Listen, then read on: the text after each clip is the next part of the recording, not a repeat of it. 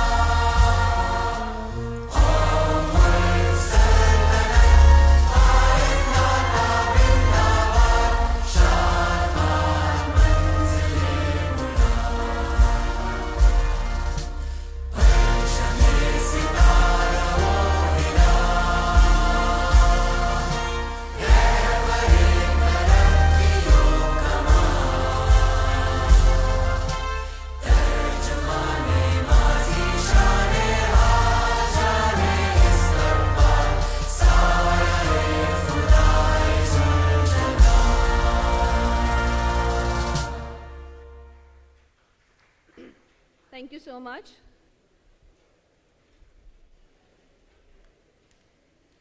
Imagination is one of the innate ability that helps us to recreate whatever we want from our past memories, from our present, and from our futures. So I will now invite on stage Dr. Shams Hamid, Dean Faculty of Arts and Social Sciences, Founding Director, Imagine Institute of Future Studies.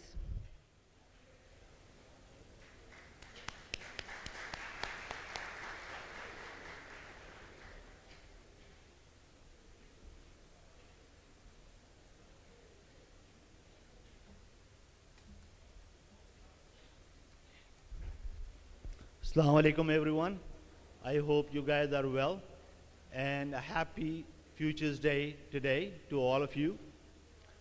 And I would like to thank all the attendees today, whether they are here face to face or online, join our live broadcast on Facebook. I would like to thank all the experts coming from international think tanks, international organizations, experts from Pakistan, from multiple countries who have participated and shared their expert view on climate crisis. We know we are going through climate crisis in Pakistan right now. The kind of flood that we have seen this year around, we had never seen in the history of Pakistan. And we have had floods earlier too, but this flood is climate driven. What that means is that it is not caused by the regular monsoons seasons, but it is caused because of the pollution in the environment. So we are here to think and anticipate the future of climate crisis. When should we expect the next one to happen? Because this is not the last one. Unfortunately, we are going to see more the whole world is going to see more of those. So, in order to anticipate, we have a number of futurists who you would find on Facebook after this session. That would be a parallel session. We will have multiple sessions in this conference. One will happen right here where you are. The other parallel sessions will be in the other rooms. You will find computer scientists, computer engineers talking and tackling with the same issue of climate crisis from their perspective. Tomorrow we'll have parallel sessions of health care professionals, and they will also discuss climate crisis and the resulting diseases and aftermath of climate crisis that we are experiencing today. I would like to thank our founding chancellor, Honorable Junaid Lakhani Saab. We miss him too much, and the way he has provided services to humanity and the kind of services that he has provided throughout his life, and one of them was the climate-driven flood that we have seen this year. Helping the victims, he fell victim to dengue himself and sacrificed his life in the service of humanity. I salute you, sir, and we miss you very much. I would also like to thank our Chancellor, Iram Lakhani Sahiba, whose empathy is very well known, and her leadership is needed now more than ever to keep our Iqra University and our Iqrarians motivated to go on the same journey, share the same kind of service for the humanity, for our citizens, for our fellow beings. I would also like to thank our Vice Chancellor, Professor Dr. Wasim Qazi, for his leadership, which continues to make Iqra University flourish and expand more and more. The theme of the conference is climate change and how do we deal with it. There is a poem that I wanted to share with you guys, if you can bring that up.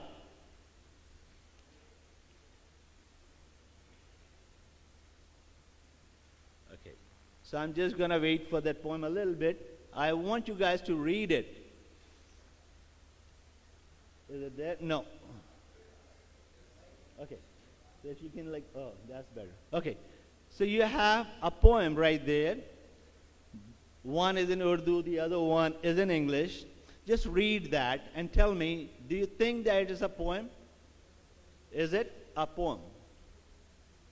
It simply says, दश्त में सैलाब आया, मैंने पूछा कहाँ पर है घर तुम्हारा, सुनकर उसने झुक के एक पत्थर उठाया, पत्थर को पानी में फेंका और इशारा करके बोला, जहां पर पत्थर गिरा है वहां पर था घर हमारा. That is not a poem. It is a news report of Balochistan's flood-affected victim when the BBC reporter asked him where is his home, and that's what he said. It's a reality. It is tragic, and Pakistani people have seen it, and there are other countries who are going to see it too. This year we have had climate-driven calamities in Pakistan and Nigeria at a scale that we have never seen before. Extraordinary. In Pakistan, 30% of our Pakistan's land was underwater. It is the size of United Kingdom. That is how huge this was. But unfortunately, although we have had another flood in 2010, that is 12 years ago, but we did not really learn any lesson from that flood that could have helped us today during this flood. We could have learned the best practices. We could have created proper structures and policies and those organizations to help us overcome this extremely devastating flood that caused thousands of lives, hundreds of thousands of livestock, millions of houses, It displaced 3 million people who are without food, they are without drinkable water, they are without any shelter, they are without any medicine. Just imagine being in their shoes. It is hard. I cannot do it. It is impossible for me. But let's just try to imagine for a minute, what if it happens to you and your family? When you have your kids, you cannot feed them. You have your elders, they are sick with number of diseases which happen after the flood, the waterborne diseases, and you have malaria, you have dengue, and you have so many of those, and you don't have any medicine to take care of them. How do you feel? I cannot imagine. It is impossible for me. But this is a reality, this is the truth of our experience, of Pakistani experience. It is a collective experience. When this happens, usually in Pakistan, the community which is affected by it helps out each other. That's what they do. That is the maximum help that they get. The next help which arrives a little bit later is from civil society. Government usually takes longer to proceed with the aid and relief. And in this flood, we lost thousands of kilometers of roads, bridges, that made it impossible for people to take aid to those people who needed it. It was a terrible situation. I wish it never happens, but I'm pretty sure that it would happen, and it would continue to happen, not only in Pakistan, but in other countries too. And because of that reason, it is imperative that we anticipate the next one. We prepare for the next one. We should not rely on others to help us. In COP27, Pakistani Prime Minister Shehbaz Sharif Saab asked for help from the developed countries, from global north, and from the whole world, saying that government does not have sufficient resources to overcome the challenges. And that's true. We don't have enough resources to overcome this challenge. And in COP27, it was principally accepted that we are going to help the vulnerable countries, or the countries which are affected by such climate-driven calamities. When that help would arrive, we don't know. How is that going to be funded? We are not sure. The world itself is going through an economic recession. We are anticipating a global recession, economic recession soon. So who would have money to fund these activities? How would we get the fund? There is this question of climate justice. Now, who is going to fund for the extraordinary pollution they have spread in the environment that is causing this climate change? Pakistan has only 0.88% contribution to this pollution. Our footprint of carbon dioxide is very less, but we are affected by it. So who has benefited by using the resources through industrialization and emitting all the carbon dioxide which has changed the climate for us? It is the industrialized countries.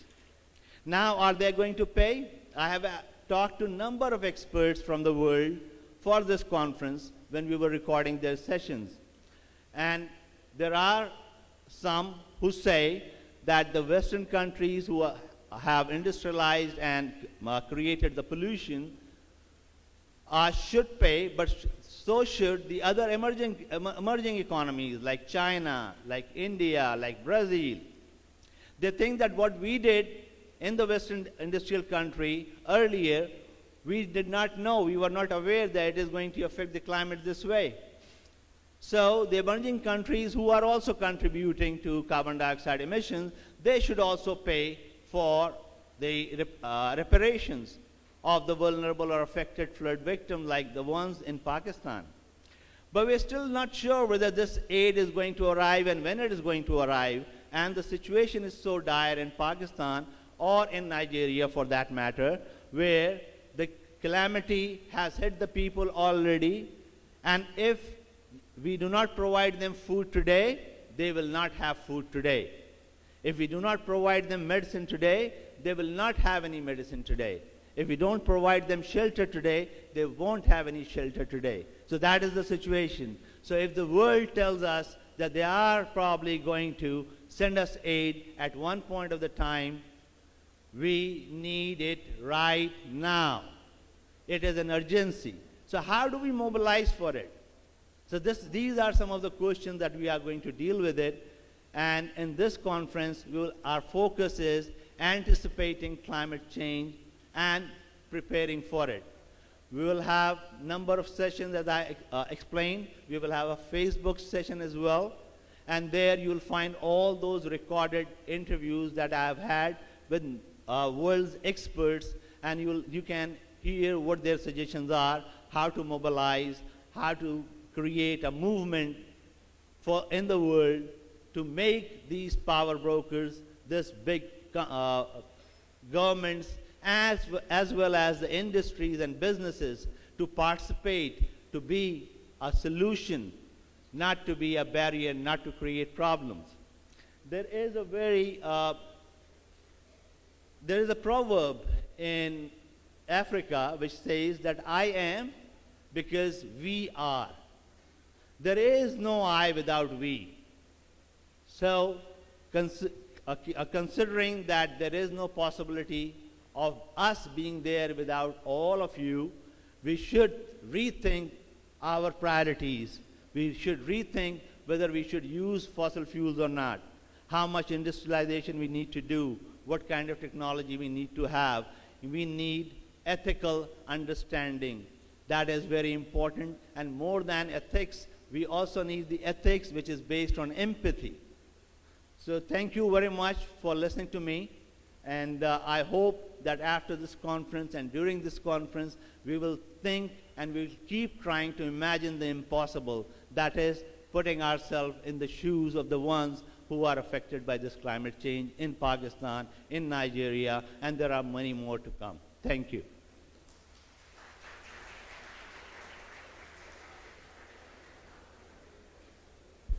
Thank you so much, Dr. Shams. As we have rightly said, we have to prepare the next generation. We have to anticipate the next flood which is coming. We don't have the enough resources, and what will be our next move? Now we have to rethink.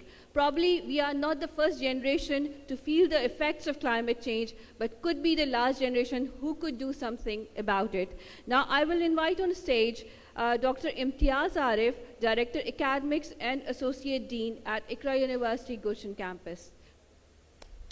Put your hands together for Dr. Imtiaz Arif.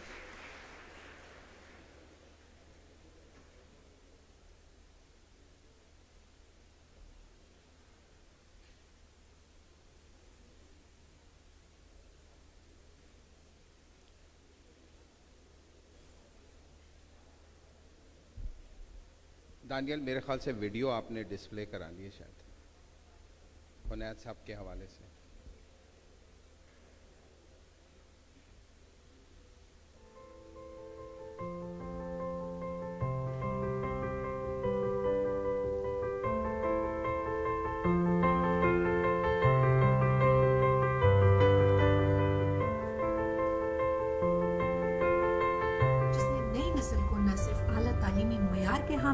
तालीमी मौक़े फराहम किए, बल्कि मुल्क की मईशत के इस्तेहकाम में भी अहम किरदार अदा किया, जिसका अमली सबूत इक़रा यूनिवर्सिटी की शक्ल में हमें नजर आया।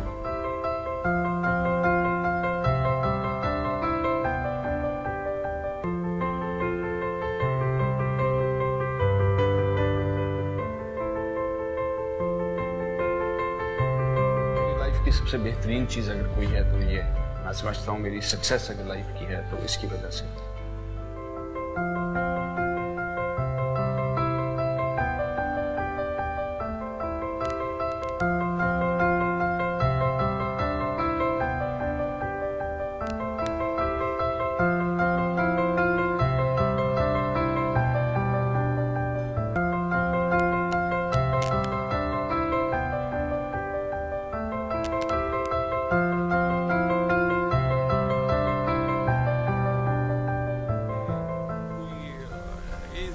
एवोल्यूशन होता है, ये चलता रहता है, लोग आते हैं जाते हैं, तो मैं भी चला जाऊंगा, लेकिन इंशाल्लाह इकरा यूनिवर्सिटी वो रहेगी।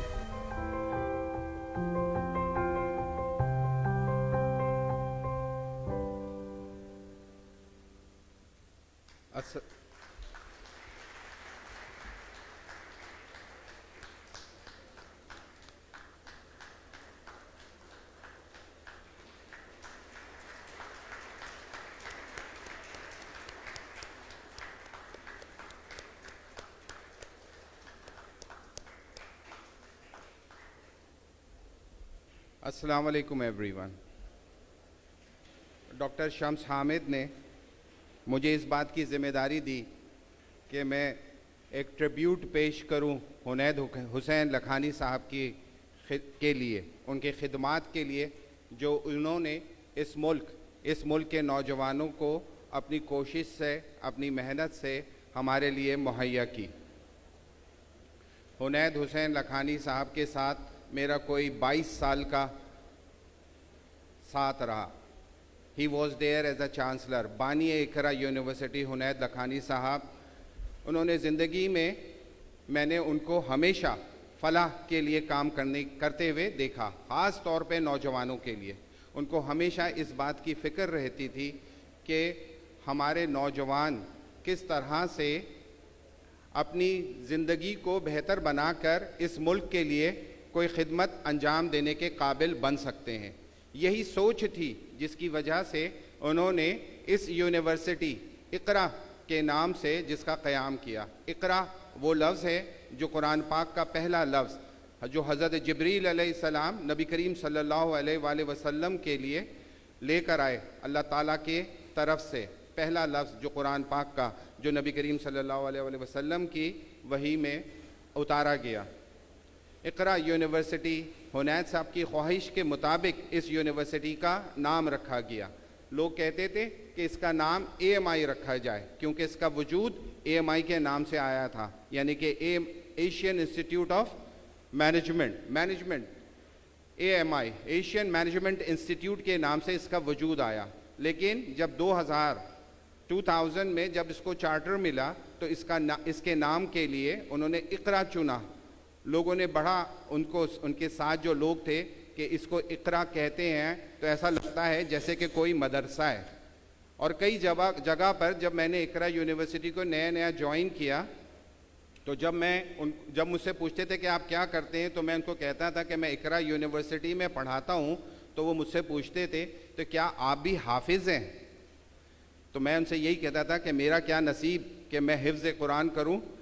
ये तो शान होती है उन लोगों की जिनको अल्लाह ताला चुनते हैं कुरान पाक का हिफ्ज़ करने के लिए। मैं तो एक ऐसे दर्सगाह पे उस्ताद हूँ, उस्ताद के फ़राइज़ अंजाम देता हूँ जहाँ पे नौजवान बच्चे यूनिवर्सिटी की तालीम हासिल करते हैं, कंप्यूटर साइंस पढ़ते हैं, बिज़नेस एडमिनिस्ट्रेशन पढ़ते हैं। उस वक्त शुरुआत में हमारे पास यही 2 डिसिप्लिन थे जिसके साथ हमने शुरू किया था। लेकिन ये हुनैद साहब का विज़न है और उनकी टीम की काविशें कि देखिए कि आज हम कराची के हर डिस्ट्रिक्ट में, इस्लामाबाद में भी हमारा कैंपस है इकरा यूनिवर्सिटी का, और इस्लामाबाद में 3 और मज़ीद कैंपसेस मुख्तलिफ़ इलाक़ों में बनाए जा रहे हैं। ये किसका विज़न है? ये सब हुनैद साहब का विज़न है जो उन्होंने हमें विज़न दिया। आज वो हमें नहीं रहे, इतनी जल्दी चले गए इस दुनिया से। अल्लाह ताला उनकी मग़फ़रत फ़रमाए, उनके दर्जात को बुलंद फ़रमाए और अपने महबूब बंदों में उनका शुमार करे और नबी करीम सल्लल्लाहु अलैहि वसल्लम की शफ़ाअत अता फ़रमाए। हुनैद साहब का ये जोश, ये जज्बा, ये खिदमत खल्क़ करने का अंदाज़ा आप इस बात से लगाइए कि सिर्फ़ उन्होंने यूनिवर्सिटी ही नहीं बनाई थी, सिर्फ यूनिवर्सिटी ही नहीं बनाई जिसमें आज हम सब हैं यहाँ पर मौजूद, आप सब यहाँ पे तालीम हासिल कर रहे हैं। उन्होंने यतीम खाने भी बहुत सारे बनाए।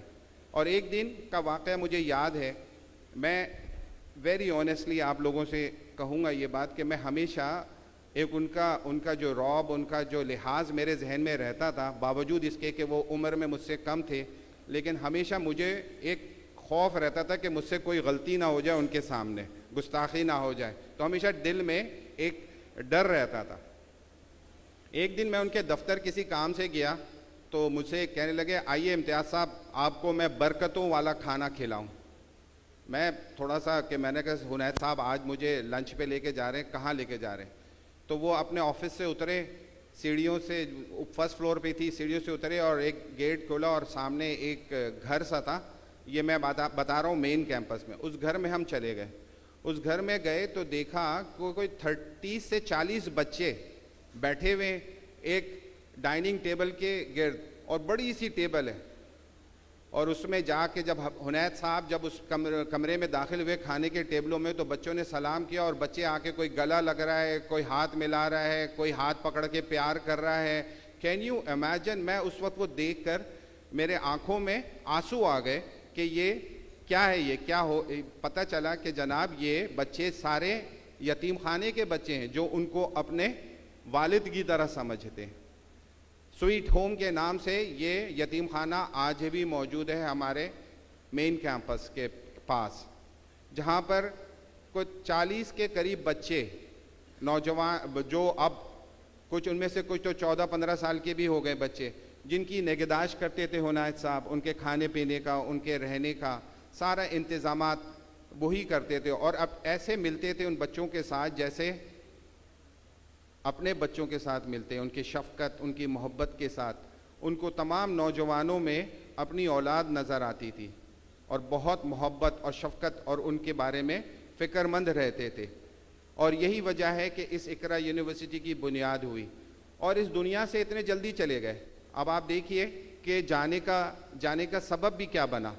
जाने का सबब भी इंसानों की खिदमत करना बना।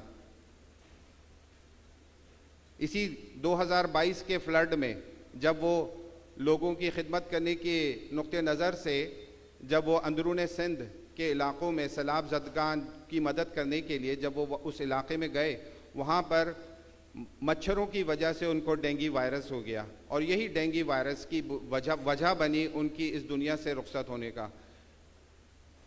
ये जिस तरह से इंतकाल तो उनका हॉस्पिटल में हुआ, लेकिन ये भी किसी शहादत के दूर नहीं। खिदमत खल्क करते हुए वो इस दुनिया फ़ानी से रुखसत हो गए इतनी कम उम्री में। जैसे ये लिखा कि जैसे उनका legacy will continue. Yes, we promise Hunaid sahab, we promise we will continue your mission, what you have committed to this nation, what you have committed to these young people, what you have committed to this nation. हुनैद साहब, आप हमें हमेशा याद रहेंगे और ये जो नए आने वाले नौजवान हैं और इनके बाद फिर नए और उनके बाद फिर नए, हम इसी तरह आपकी याद उनको दिलाते रहेंगे और आपके कारनामों के बारे में हम उनका जिक्र करते रहेंगे। आज के कॉन्फ्रेंस के हवाले से भी कुछ गुफ्तगू करता चलूं मैं।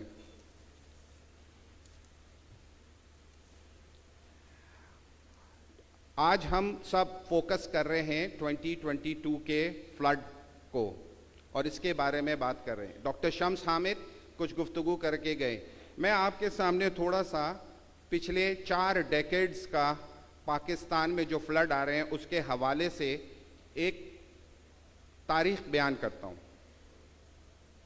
4 सालों में अगर हम देखें तो जो 1995 में भी एक पाकिस्तान में फ्लड आया, उसके बाद 2003 में, वक्त 7 साल के फ़र्क के बाद 2003 के बाद 2000 में फ्लड आया, वक्त 3 साल के बाद, 4 साल के बाद 2007 से उसके बाद फिर 2010 में फ्लड आया 3 साल बाद, फिर 2010 के बाद 2011 में फ्लड आया जो इतना डेवस्टेटिंग नहीं था जो कि 2022 का है 1 साल बाद, और 2012 में भी फ्लड आया, फिर 2013 में कुछ बचत रही इस मुल्क की, 2014 में फिर फ्लड आया और फिर 2020 में कराची में वो तारीख की बारिश हुई जो कभी भी नहीं हुई, यानी कि 231 mm in a single day.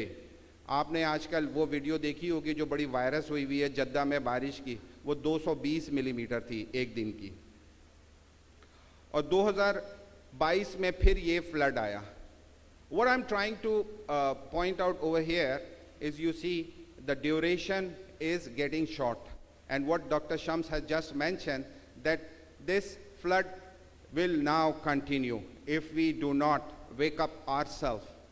देखिए हमारी जनरेशन, जिस जनरेशन को मैं बिलोंग करता हूँ, अगर मैं कहूँ तो मैं ये कहता हूँ कि हमारी जनरेशन है वो जनरेशन है जिसने इस क्लाइमेट का भरपूर तरीके से सत्यानाश किया, और आपकी जनरेशन वो जनरेशन है जो इस सत्यानाश क्लाइमेट का नतीजा भुगत रही है।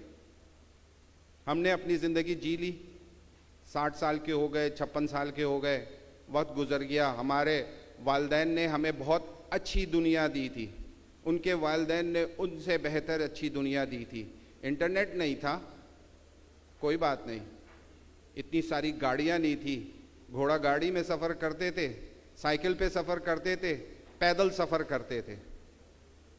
आज इंडस्ट्रियलाइजेशन ने ज़िंदगी गुजारना आसान की है कि मुश्किल, ये एक बड़ा गहरा सवाल है।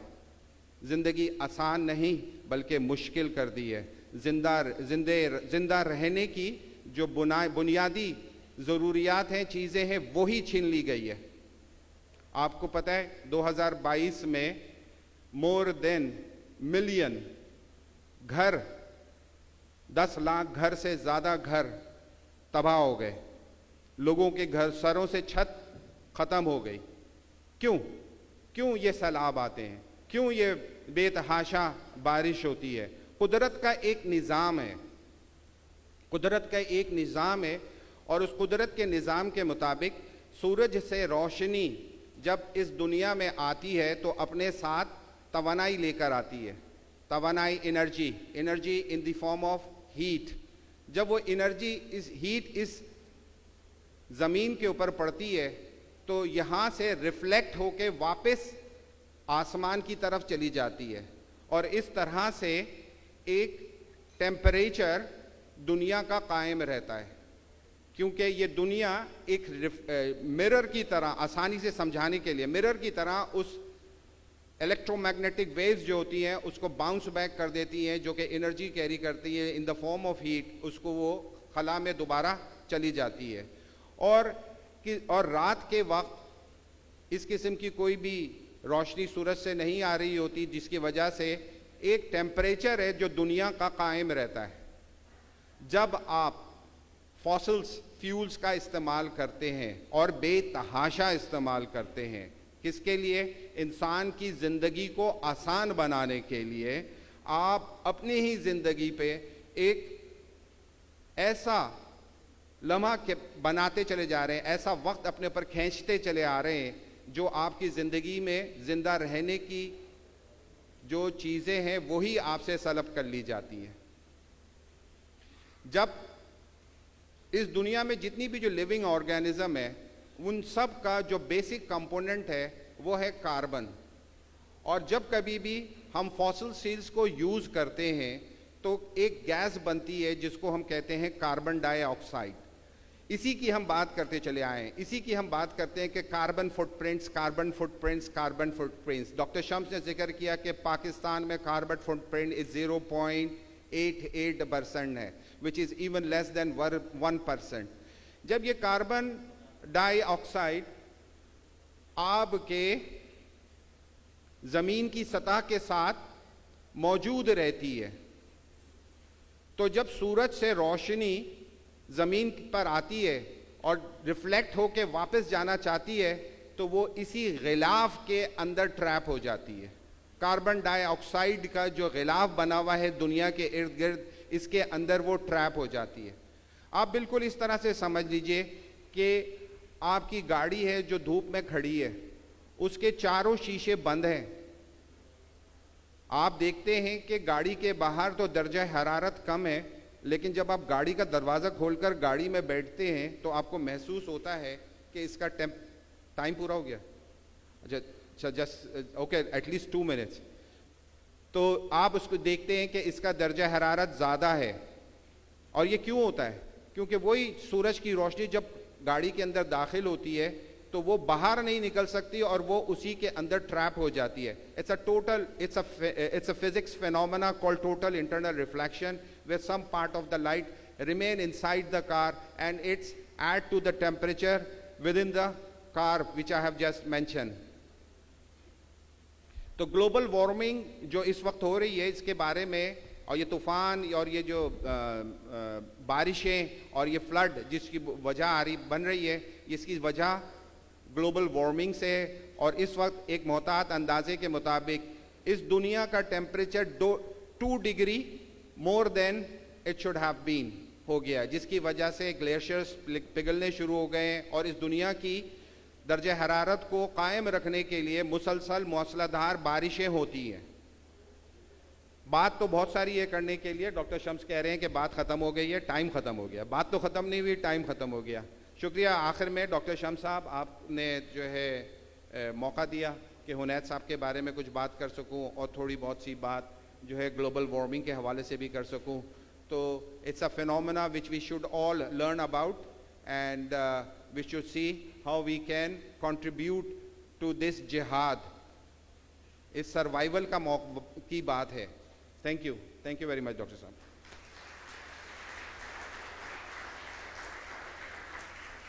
Thank you so much, Dr. Imtiaz. And in short, whatever Sir had told us is that the world is reaching the tipping point beyond which climate change may be irreversible. The earth is what we have all in common. So we have live with us the program specialist future literacy at UNESCO, Christine Pfeiffer from Italy. Dr. Christine Pfeiffer.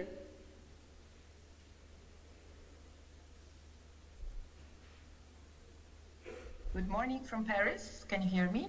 Just to check. Hello, how are you? Fine, and you? So the stage is all yours. Thank you. It seems that the audio is working, so a very warm welcome also from our side. Today is the first World Futures Day that we celebrate here in Paris, and we are very happy that you also all around the world have dedicated a lot of efforts to this day to think together on what we can do in the future to make sure our Earth and our sustainability is granted also to future generations. My name is Christine Pfeiffer. I'm the head of Futures Literacy and Foresight at UNESCO SHS, the Social and Human Sciences sector. We are working on futures and futures literacy since more than a decade ago with my predecessor, Riel Miller, who created a very important program at UNESCO with many chairs all around the world. And it's a pleasure to be here, even only virtually with you now, to talk a little bit about what we do and how we think we should work together on making sure that sustainability is in the mind of all people. I hope I will be able to share my screen. I will do that right now, so let's hope you can see my screen. Again, it's a pity not being there with you physically. It would have been a pleasure. As you know, we have our World Futures Day today, so a lot of activities going on. Here you can see how our visuals look like. Futures and sustainability is a very important topic also for us here in Paris today. We will be talking about futures and sustainability also from a youth perspective, from a UN-wide perspective. So I'm very happy to share some thoughts with you here in this occasion. So first of all, futures has normally always been connected to what we would call a direct contact to nature. So with our creativity, fantasy, hopes, fears, and aspirations, where we have always had a direct connection, let's say, on the concept of sustainability and well-being for society. So what humankind has already developed in the meantime is something like really connected to our current societies, but also to the needs of modern living, still bringing it back to nature. But let's think about what could it look like in the future, to really take this jump and say the future is not tomorrow, and your part of the world is doing quite well in thinking long term. This is something that we need to do better, at least here in Europe, and really engage in what we could call reframing exercises to really consider what is on the horizon. So when we think about sustainability, it very often comes to a conflict with industry or with let's say the world where we just think about our short-term benefits. But at the end, sustainability and well-being are really connected immediately. And you can see here how many dimensions really play a role. In any of these dimensions, if we lose one of them, yes, we will lose a lot of quality of life, and certainly sustainability is here. So we need the whole circle to be really in harmony, have a holistic harmony in our personal well-being. So to quote Willis Jenkins here, it is very much about the future of ethics, sustainability, social justice, religious creativity. So how do we look at it from a past perspective? Somehow it seems that the accelerating expansion of human power has generated problems because we really got to power that was maybe not the same in the past. So we really think about everything which is connected to artificial intelligence. Everything what was not possible before, now we have the humans being able to make many things. And you know, that includes cloning, it includes a lot of influence from machines in our life today. And there is our sector has been working hard here to create the ethics of AI recommendation, for example. So the future always plays an important role when we at SHS and UNESCO, we look at problems or we look at challenges that our current world has for us on the shelf. And by looking at climate and climate justice, what does justice mean for climate change? Which is, as we heard, I couldn't understand all your opening remarks, but I could definitely understand that it has been perceived as a very important problem for humans, for many nations, traditions and generations, because we are collectively responsible. We have to collectively act to make sure that our planet can survive and our resources are not spent before. So from UNESCO, already in 1997, we worked on the Declaration on the Responsibilities of the Present Generations towards Future Generations, which has been somehow neglected over time before because we were just living in the present and we didn't really look at future generations. UNESCO has always worked on that angle. We are very happy to see that also in our common agenda, which is the strategic document of our Secretary General. We have a strong focus now on how to represent future generations. And I would just like to go through this a moment, because in my view, it can be really interesting to see how our Secretary General framed it for the whole UN. So we really see that future generations are featured now. As you know, they are by definition underrepresented in today's decision-making, as they are unable to articulate their needs. Most probably they are not born yet, if we take a 30 years perspective, for example. If you think about policy making for today, their voices are not heard. So what we need to do at this stage of time is to translate the principle of intergenerational equity into practice. And we need to give consideration how we could act on the behalf of generations still to come, to be their trustees, to create instruments and ways to further protect their interests. So this is a very important, let's say, strategic input that we have received from our Secretary General to make sure this is understood throughout the whole UN system. And then obviously that means it has been approved by the member states. So this is, let's say, a first step into future generations, which in our view is always very near and dear to sustainability. But I would like to ask you, what is humankind's most precious resource in general in the world? Fortunately, I cannot see you, so I can just imagine that some of you will start thinking about what could be called humankind's most precious resource all over the world. What could it be? I would say certainly most precious resource is neither gold nor data. I guess I think it will be similar to what is happening all the world. Everybody's now focusing on data, big data analysis, mega trends analysis from data.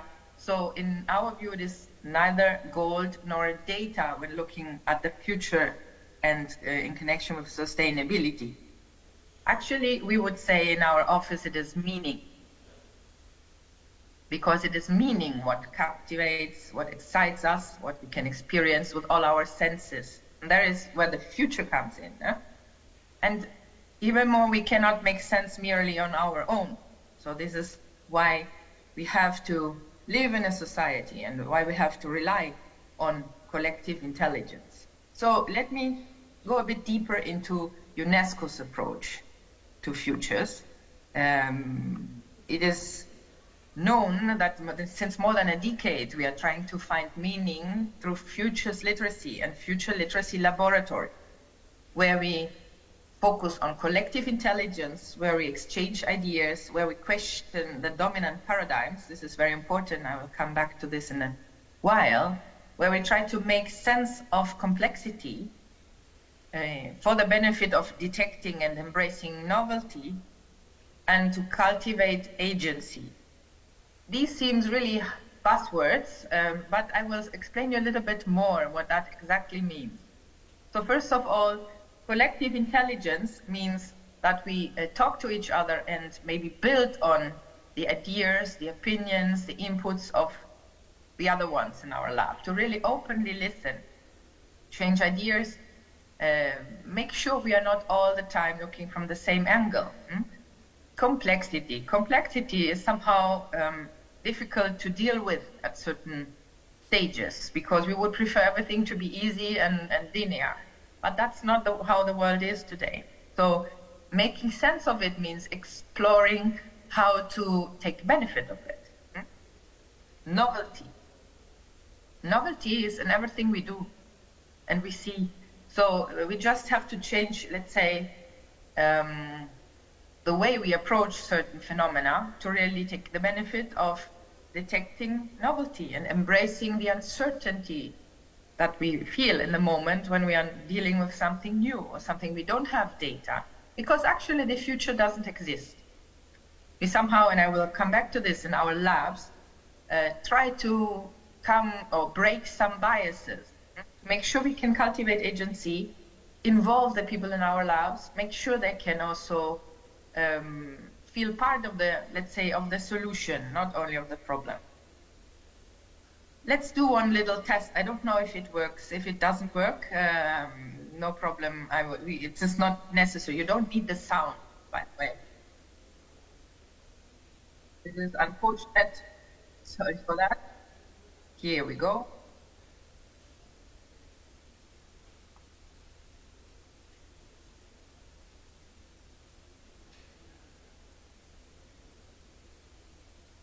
I guess you cannot see my screen, right? So that that wouldn't work. I will just try again. Just give me a second.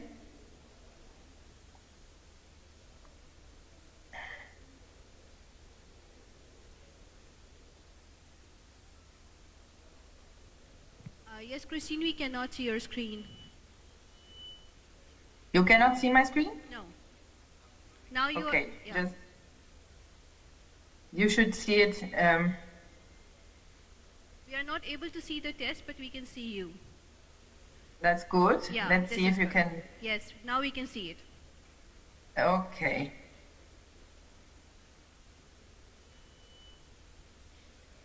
The question is,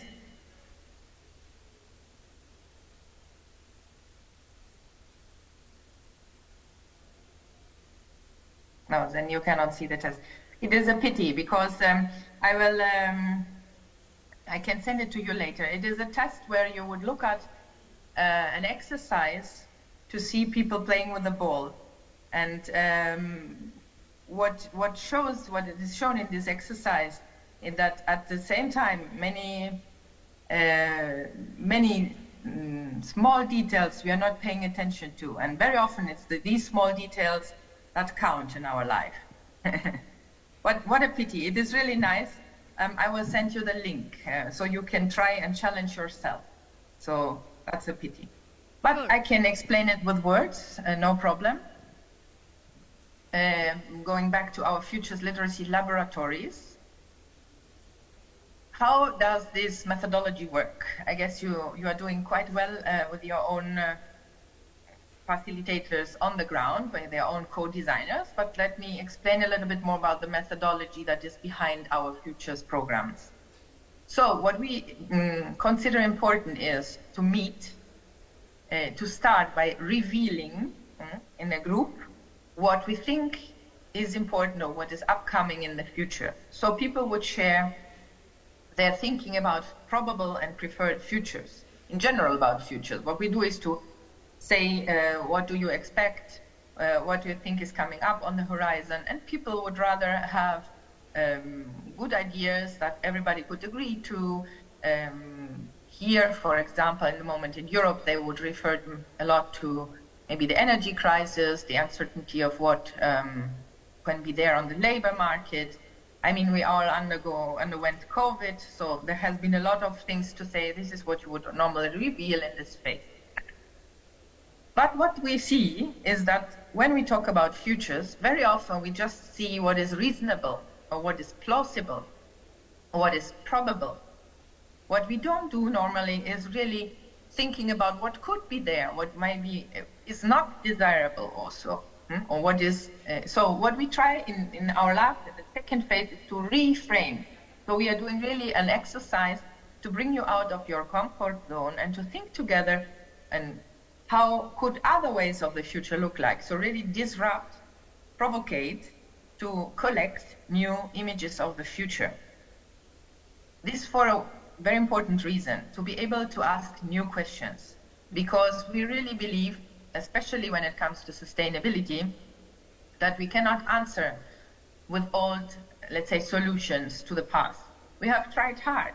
We are trying to forecast, we are trying to somehow predict, but we can't, because the future doesn't exist. There is no data from the future. There is no evidence at the moment from the future. Future can develop because it doesn't yet exist. So what we will do, thanks to the reframe, is to ask new questions in light of different images of the future. And then, and this is obviously necessary, come back to the next steps. So somehow focus on how to connect these new questions and learning to what is to be done in the present. This is a very nice, let's say, methodology to really give space to to collective intelligence to flow, to create knowledge together, to experiment, that some of the ideas you might have can have a broader answer, because you are not just thinking about probable and plausible, but widen and very often find ways from the future to really focus on what you can do now. So it is to change the present. And this co-design is brought to a specific topic, brought to a specific also cultural context, to reframe and to shift paradigms, or let's say to transform paradigms. Here you can see our learning curve. So we start by revealing, we imagine, we develop insights. It's a very important part also for the rest of the group to really listen to the others, so to understand the narrative of futures of, let's say, the people around us. Then we start inventing, because it really comes to reframing our anticipatory assumptions, our imagination. So it's all about capturing the images that we have in mind about the future, ask new questions, and then acquire the capacity to design and implement futures literacy, even without following us from UNESCO or our chairs, but really using it in your daily life. So what you can really see is that it is a capability-based approach. We believe this is the most important message to take away. Futures literacy is based on a competence, on a skill. It is a skill, because what you learn is how to shift time horizon, how to foster diverse futures, so futures you didn't think about before, because some of your fellow group members had the possibility to have better assumptions, better in the sense that different assumptions, to really, bring you out of your comfort zone and change also the need not to find only reasonable and probable answer. So you're open to uncertainty. You try to capture the emergence.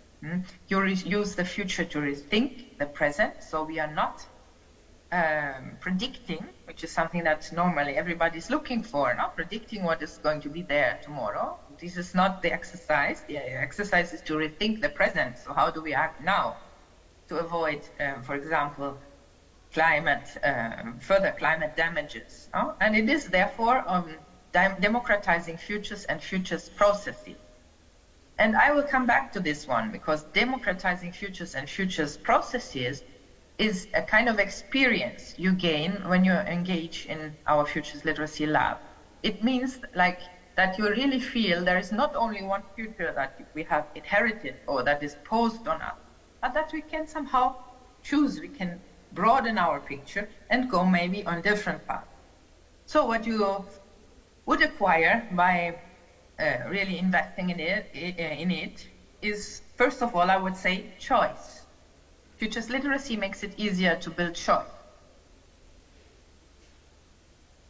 Creates capability, so empowering exploration and invention that take advantage of uncertainty and complexity. Somehow making sure it can be seen as an added value, not only as a problem.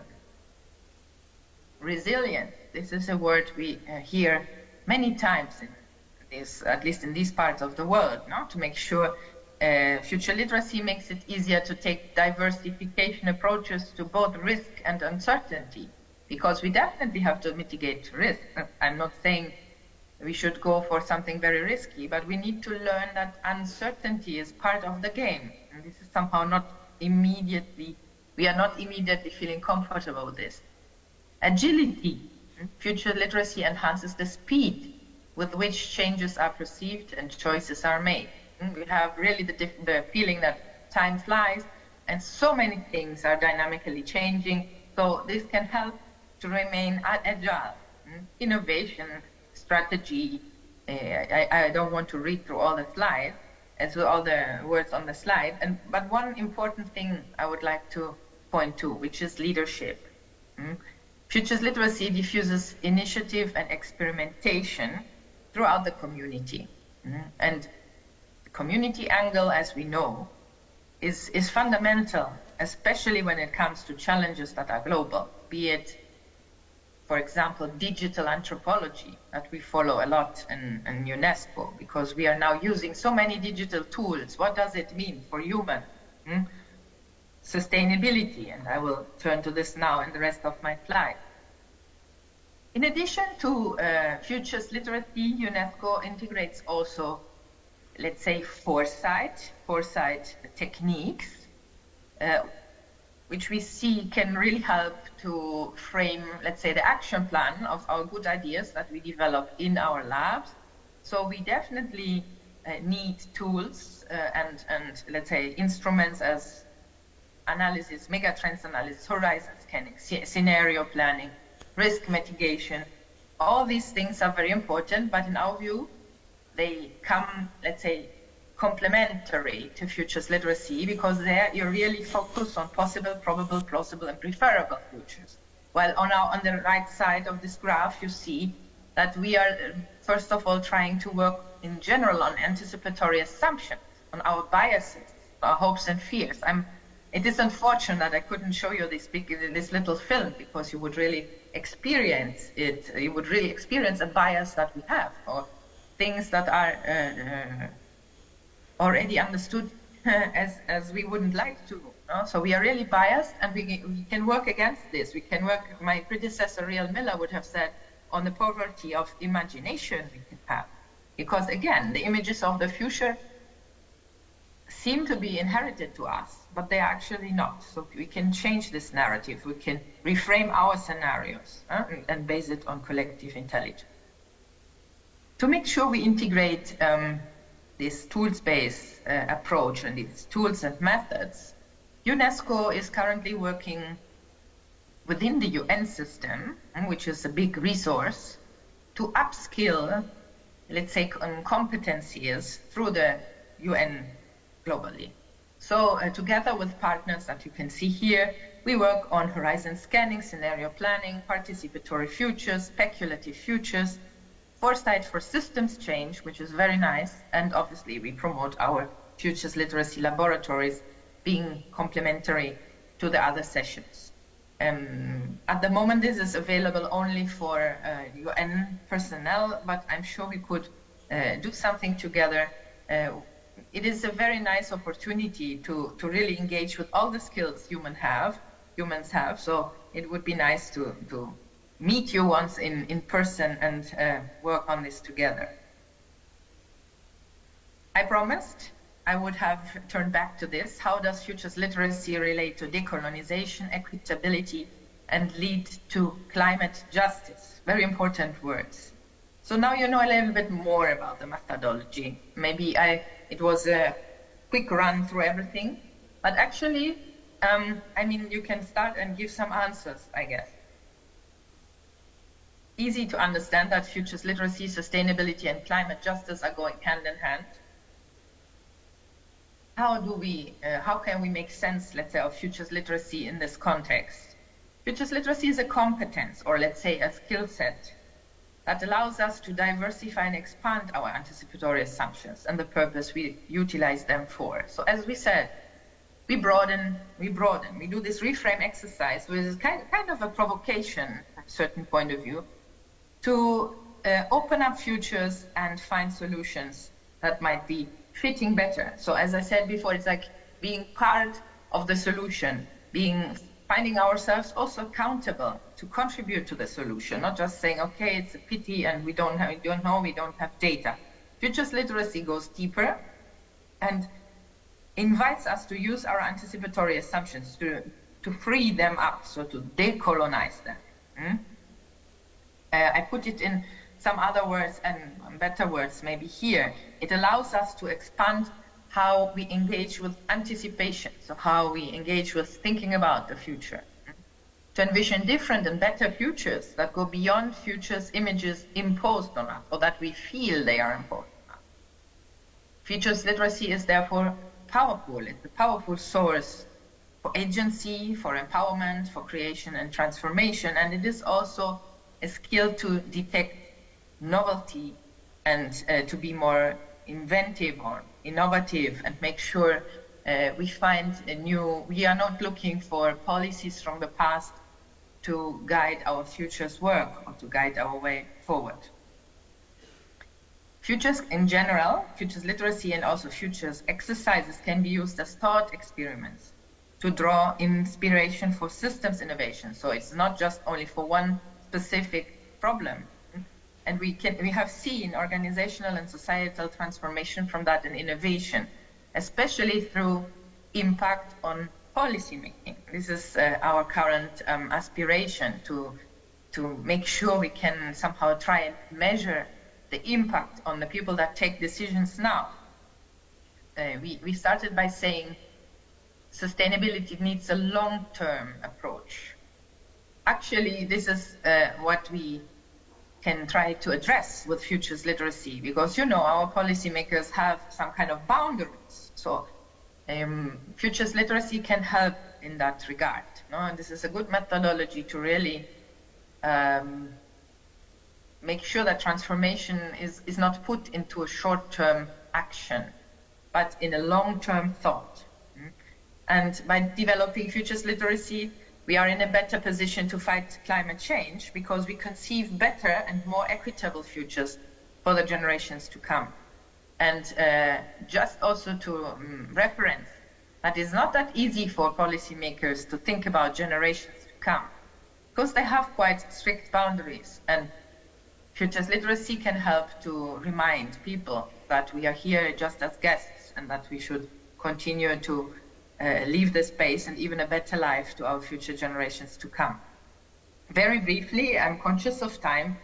UNESCO and the UN ecosystem, I already mentioned the master classes on futures literacy and foresight that we do within our HSCP Foresight Network. HSCP stands for the overall UN organizations. So all the UN organizations that exist meet to learn more about foresight, and UNESCO is leading this group. It's a privilege. We are also leading, or let's say co-leading, the UN Futures Lab, which is a new initiative, still in an infant state, where we will offer advice to governments, especially, but also again to the whole UN system to make sure all the ecosystem can upskill, all people know more about futures literacy as a competence, and about foresight with all the important opportunity it gives to focus. We are lucky to be able to count on 37 currently futures chairs from all over the world. We really work hard with, let's say, academy here. It's our backbone to make sure we can inform policy. It should be based on research and somehow create evidence. And I don't have the time now, but it's a very nice project. I wanted to reference it. We have a collaboration with other UN organizations on consciousness of the future, futures consciousness for intergenerational equity. Because at the end, this is something that people need to feel. This is something that people need to bring in on their own. You cannot force somebody to have a futures consciousness, as we know. So my last slide is about a kind of invitation on how to make things even more concrete and how to go ahead. What could be a way forward? A way forward could be to really engage in uncovering our anticipatory assumptions by using our imagination. Again, as we said before, not just probable, plausible, desired future, but to opening it up to create dialogue and question dominant paradigms. This is very important, especially when we decolonize futures. So not following the dominant paradigms that we are used to, but to go a little bit ahead, nurture forces and drivers to imagine and design meaningful concepts. So away from industrial, more into sustainable, practice mindfulness of the environment we live and act in. This is very important. Mindfulness is a word that has to, in my view, in our view, have a higher place on the agenda. So really practice mindfulness when we talk about the environment we live and act in, and certainly consider sustainability as a key pillar when thinking about life balance. So not driving for the always more, but rather putting emphasis on the always better in a sense that it should be better for everybody, but also for the community as such. And that would be my last slide, and I thank you for having this opportunity to talk a little bit about futures. And let's keep in touch. I don't know if you have foreseen some minutes for questions, but I thank you for this opportunity.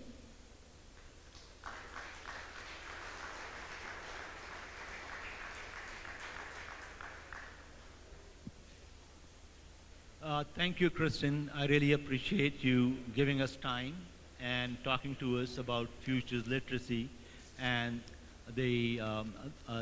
what UNESCO is doing to prepare people in community to anticipate better, to learn to use anticipation better. When we started Institute of Future Studies, we were told and we were asked by many others, why do you need future studies in Pakistan when Pakistan and Pakistanis do not seem to have any future? And I said, when you are in trouble, when you have a lot of problems, that is the time when you need anticipation even more. When we are going through huge crisis, we need to anticipate how to get our food, how to get to shelter, how to get to water. So we are trying to have a very, future literacy lab disseminated and conducted for the community. We have done that before. Even during this conference, we are organizing a future literacy lab, and will continue to do that. So far, we have prepared thousands of students already from this department in Introduction to Future Studies and help them learn this skill of future literacy. I really appreciate your time. Thank you so much. Thank you. Take care of yourself. Bye-bye. Thank you. Have a good conference. Thank you. So here we are, and what Christine has just relayed, future literacy, sustainability, and climate justice are going hand in hand. So meaning is what captivates us, which excites us, and meaning can be get through Futures Literacy Lab by sharing ideas, collective intelligence, questioning the dominant paradigm, making sense of complexity, and embracing novelty. Now we are moving forward towards our next guest speaker, Dr. Kuraturan Bakhtiari, a social entrepreneur and community organizer, founding director at the Institute for Development Studies and Practices. She has been nominated for the Nobel Prize in 2006. A round of applause for Dr. Kuraturan Bakhtiari.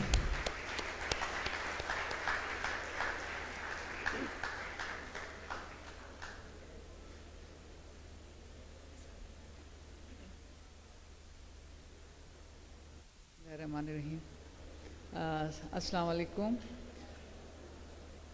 Dr. Imtiaz, Dr. Shams, honorable faculty, the directors of programs, the staff, and most precious, the students of Iqra University. आप सबको सलाम मेरी तरफ से, बलूचिस्तान की तरफ से, और इंस्टीट्यूट फॉर डेवलपमेंट स्टडी जो कि अब यूनिवर्सिटी ऑफ कम्युनिटी डेवलपमेंट है, based in Balochistan, national university, उन सब की तरफ से आपको सलाम दोबारा से। सबसे पहले तो ये कि मैं इक़रा यूनिवर्सिटी की बहुत शुक्रगुज़ार हूँ इस वक्त आप गुफ्तगू करने का आप लोगों से, आप सब से। ये ऑनर है मेरे लिए, एक बहुत बड़ा एजाज़ है, and I am deeply grateful and I deeply acknowledge. Thank you everybody. सबसे पहली बात तो ये है, जहन में आती है, सर की बात से शुरू हुए, डॉक्टर शम्स का एक अभी मैंने सुना कि एक आर्गुमेंट किसी ने दिया है कि why to talk about future of Pakistan, there is no future of Pakistan. बड़ा प्रोवोकिंग और बड़ा ज़बरदस्त जवाब भी दिया डॉक्टर शम्स ने। ये जो डायलॉग अभी मैंने सुना डॉक्टर शम्स का और दुनिया वालों का, जिसका उन्होंने सवाल का जवाब दिया, इसने मुझे बहुत प्रोवोक किया, अभी बैठे बैठे ही प्रोवोक किया।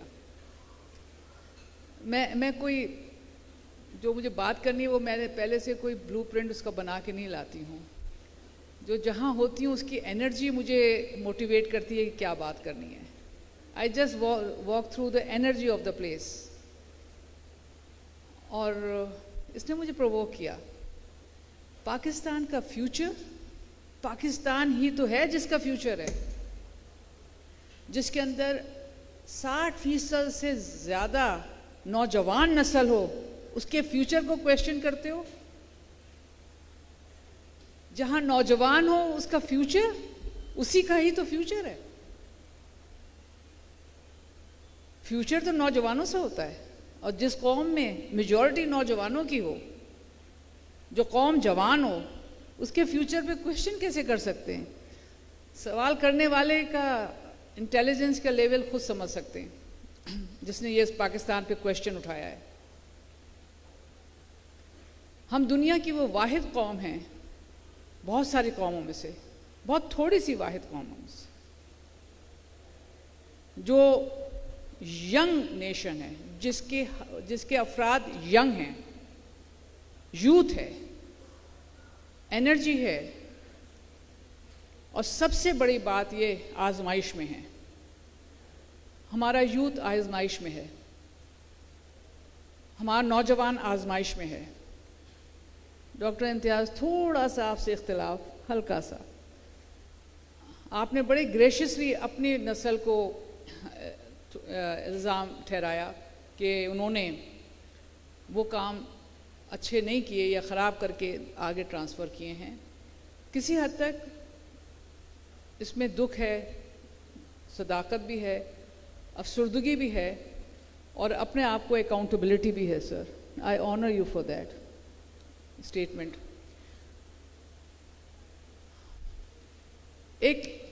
स्ट्रगलिंग नया मुल्क से 70, 72, 75 साल पुराना आजमाइशों से बन के निकला, साजिशों से निकला और इसने अपना वजूद कायम किया, जिस तरह भी हुआ, जैसे भी हुआ। एक स्पेस दी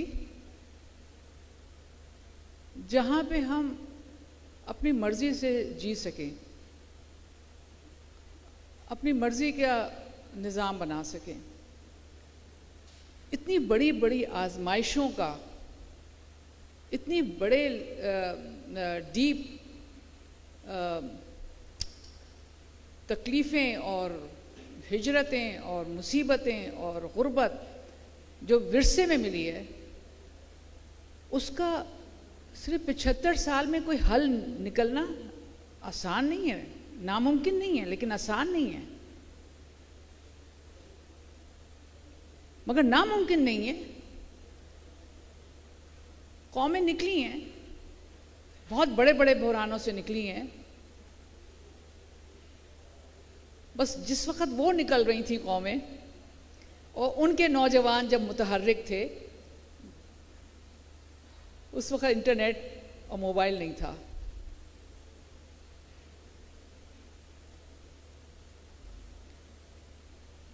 इंटरनेट का जो मीडिया है वो बहुत कारआमद है, बहुत यूज़फुल है, मगर इसके अंदर जो दूसरी चीज़ें हैं जो हमारे नौजवानों को डिट्रैक्ट करती हैं, वो बहुत पावरफुल हैं, वो बहुत पावरफुल हैं और वो बहुत इंजीनियर्ड वे में डाली गई हैं कि एक मुल्क जिसकी ज़्यादातर आबादी नौजवान है, तो जवानों को क्या चीज़ मज़ेदार लगती है वो ज़्यादा डालो उसमें, वो ज़्यादा डालो और बहुत डालो और हर वक्त डालो, ताकि ये यूनिकनेस इस मुल्क की डिट्रैक हो जाए। ये एक और आजमाइश बन गई हमारी नस्ल के लिए सर।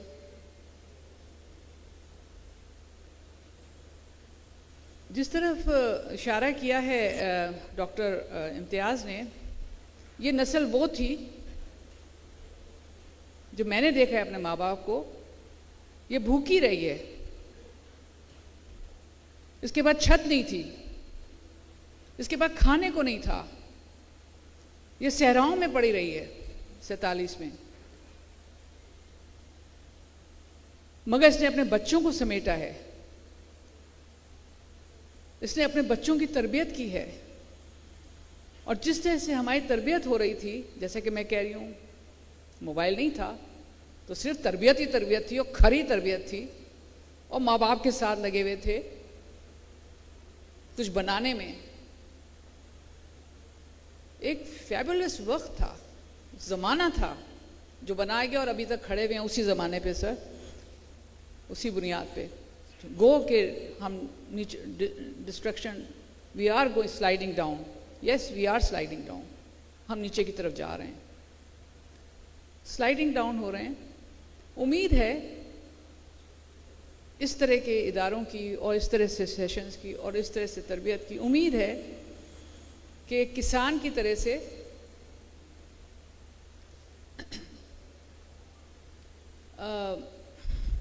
बसीरत के, दानिश्वरी के, अमानतदारी के बीज फेंकते रहें, कुछ तो अच्छी ज़मीन पे पड़ जाएंगे, कुछ तो जड़ पकड़ लेंगे, और वो कुछ जो जड़ पकड़ेंगे वो बहुत अच्छे होंगे। क्यों, मामला जो है वो तादाद का नहीं है, मामला है क्वालिटी का। Only few of quality is needed, not everybody. Numbers are misleading. Numbers are always misleading. We are suffering from quality. थोड़े से हो, जबरदस्त हो, काफी है, काफी है। क्योंकि वो यकीन जो होता है वो हर चीज से थ्रू हो जाता है, और मैं उसी दौर की पैदावार हूं, उस यकीन के।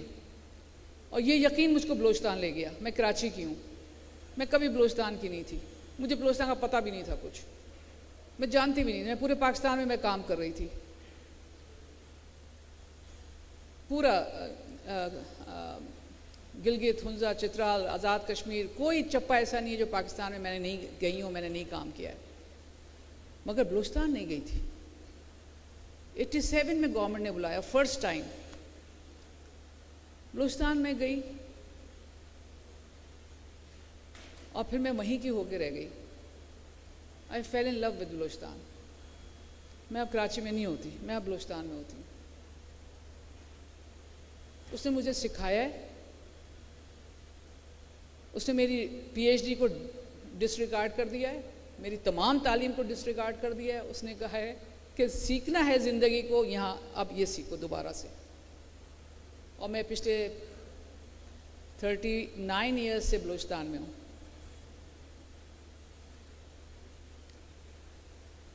उसने मुझे बताया है ये आरजू क्यों है कि ज़िंदगी आसान हो,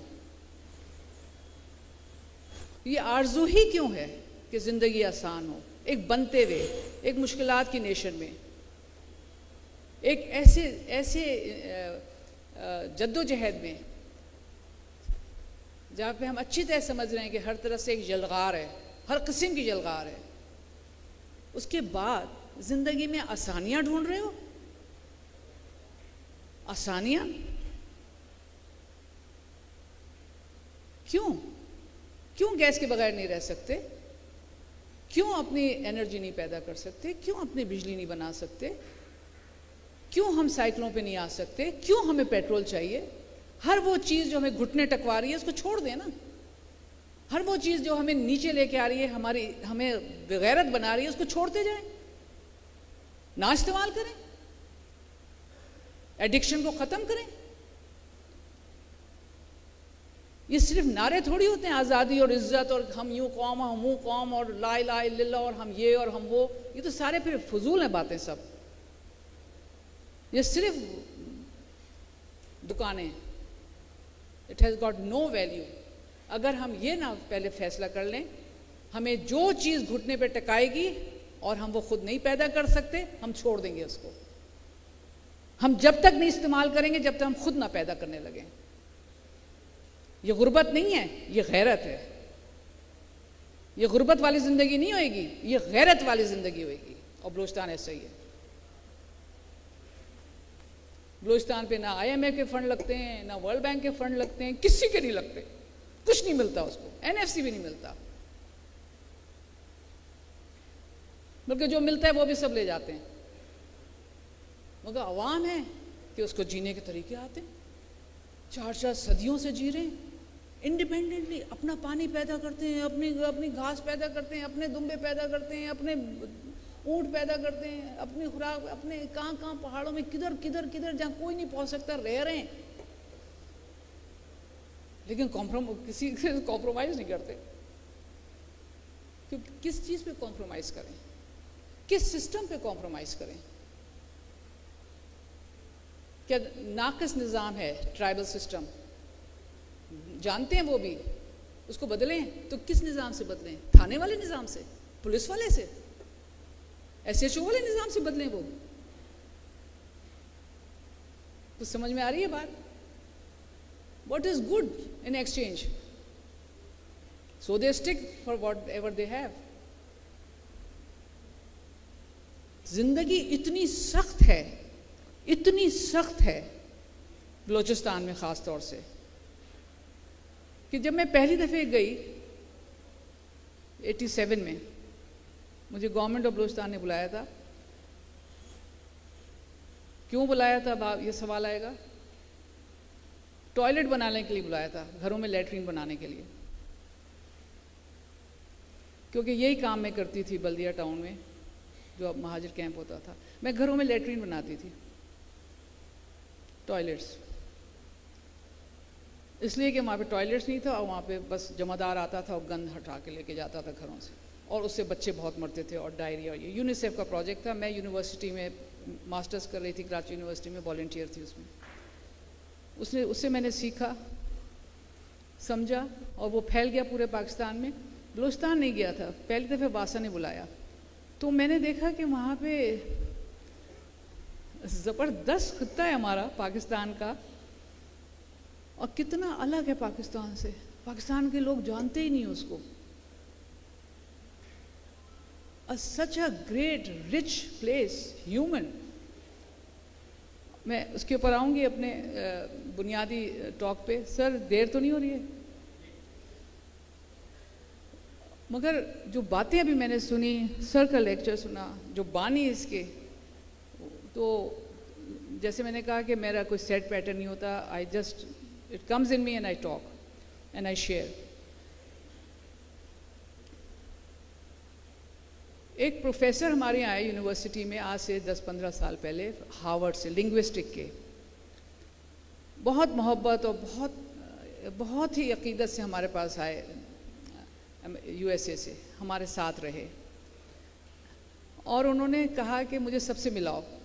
मैं सिर्फ आपको बता रही हूँ क्वेटा का, बलूचिस्तान का। हम सिविलाइजेशन एंड एनलाइटमेंट की बात करते हैं, ये सुनिए ज़रा। लिंग्विस्टिक का प्रोफेसर कह रहा है कि सबको बुलाओ ज़रा। हमने बुलाया, फैकल्टी हमारी पूरी थी, स्टूडेंट्स भी थे, बहुत लोग थे, कोई 60 लोग थे, एक कमरे में आ गए। उन्होंने कहा, मैंने इंट्रोडक्शन जैसे होता है रिवाज, नहीं, उन्होंने कहा नहीं, 1 मिनट मैं बताऊंगा कैसे इंट्रोडक्शन होना है। हम मेहमान थे, जी सर। ने कहा यहाँ से शुरू करो और हर इंडिविजुअल ये बताए उसका नाम और वो कितनी ज़बानें बोलता है या बोलती है। मैं तो कम्युनिटी डेवलपमेंट की बंदी हूँ, मुझे तो इतना लिंग्विस्टिक का, इतना डेप्थ का पता नहीं था मुझको। जानती थी, लेकिन ये पावर ऑफ लिंग्विस्टिक के इल्म का एक ने, और मैं वहाँ पर काम कर रही थी उस वक्त तक, मुझे 10-15 साल हो चुके थे अपने लोगों से के साथ काम करते हुए, लेकिन ये एंगल से मैंने नहीं देखा। एक ने कहा ये नाम और 3 ज़बानें, कौन सी भाई? पश्तो, बरावी, बलोची, ओके। दूसरा 5 ज़बानें, पश्तो, बलोची, बरावी, उर्दू, सिंधी, 5 ज़बानें। तीसरा 4 ज़बानें, 6 ज़बानें, पर्शियन भी आ गई, 3 ज़बानें। एवरेज जो आया बाय द टाइम वो 8वीं 60th पे गए, एवरेज जो आया वो 4 to 5 आया ज़बानें। द प्रोफेसर स्टूड अप, हम लोग फर्शी होते हैं, ज़मीन पे हमारा सब कुछ होता है फर्श पे। वो खड़े हुए फर्श से खड़े, और उन्होंने एक कैप पहने रहते थे, कैप नीचे उतारी और उन्होंने कहा कि मैं इस वक्त 65 साल का हूँ और मैं दुनिया के 80 ममालिक में गया हूँ, पूरी दुनिया में 80 ममालिक में गया हूँ, और मैंने हर जगह जहाँ पे जाके इंट्रोडक्शन का जब सिलसिला होता था, मैं इसी तरह से कहता था कि ऐसे ही मेरे से इंट्रोडक्शन कराओ, नाम बताओ और ज़बानें बताओ। मैंने इन 70-80 मुल्कों में से आज तक किसी एक शहर में ऐसा मुझे नहीं मिला आज तक जहाँ एक छत के नीचे, एक कमरे के नीचे 60 लोग 4 और 5 ज़बानें जानते हैं। ये सिर्फ कोयटा है।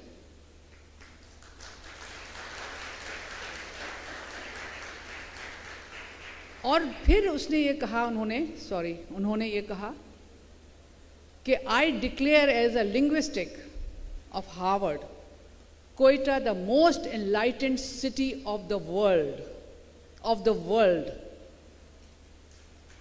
not Karachi,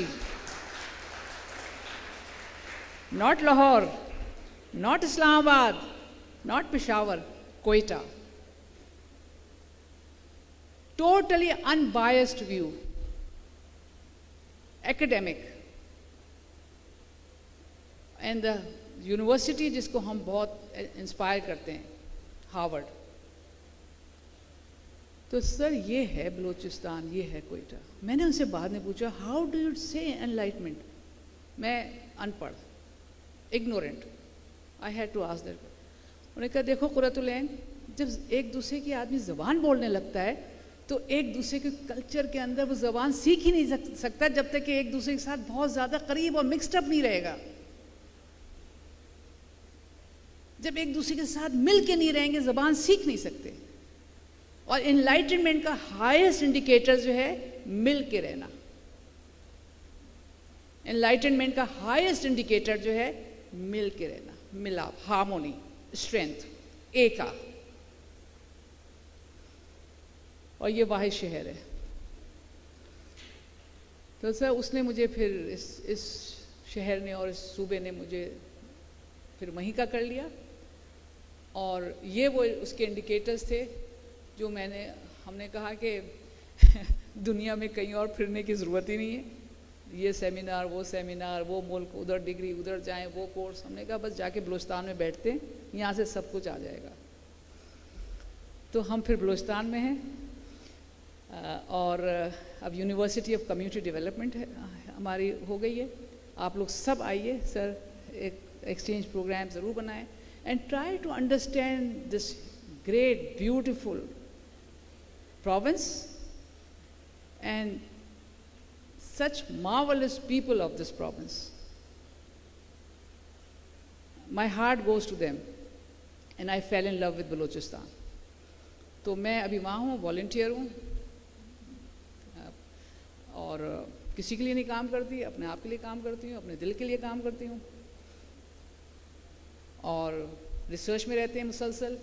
नई चीज़ आती है, बैठ जाते हैं उस पर।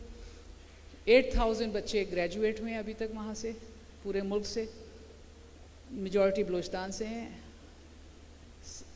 एनवायरनमेंट, मुसीबतें आती हैं, हमारा थीम ही यही है। हमारा जो इंटरनल स्पिरिचुअल डेवलपमेंट का जो थीम है उसका बिगनिंग ये है, why should life be easy? Who said life should be easy? This is a trap. ये इतना बड़ा ट्रैप है कि जिंदगी आसान नहीं है। हैं, लाइट नहीं आई तुम्हारे यहाँ, अय हाय मेरे यहाँ भी नहीं आई, क्या मुसीबत है, किस मुल्क में रह रहे हैं, ये नाली नहीं ठीक होती है, गटर बह रहा है, देखो अमेरिका में देखो ऐसे होता है, इंग्लैंड में देखो ऐसे होता है, यहाँ हमारा मुल्क ऐसा है, देखो यहाँ पे ये भी अभी तक नहीं होता, वो भी नहीं होता, वो भी। अरे भाई जो होता है उसको तो देखो, ट्राई टू सी जो हो रहा है। The biggest philanthropy, the biggest, largest philanthropic nation है पाकिस्तान, देने वाला है philanthropic। ये you know the study, ये इंटरनेशनल स्टडी है, इसको क्यों नहीं देखते? The kind of people we are। हम बहुत बुरे ट्रैप में फंसे हैं, इसकी एनालिसिस चाहिए। किसने कहा जिंदगी आसान होनी चाहिए? किसने कहा? ये कहाँ का स्लोगन है? आप इसको जरा डिटेक्ट तो करिए, ये कहाँ का है? ये ईस्ट का नहीं है, ये हमारे यहाँ से नहीं निकला है, ईस्टर्न वैल्यू से नहीं निकला है। This is not a vision और scholarly work of the east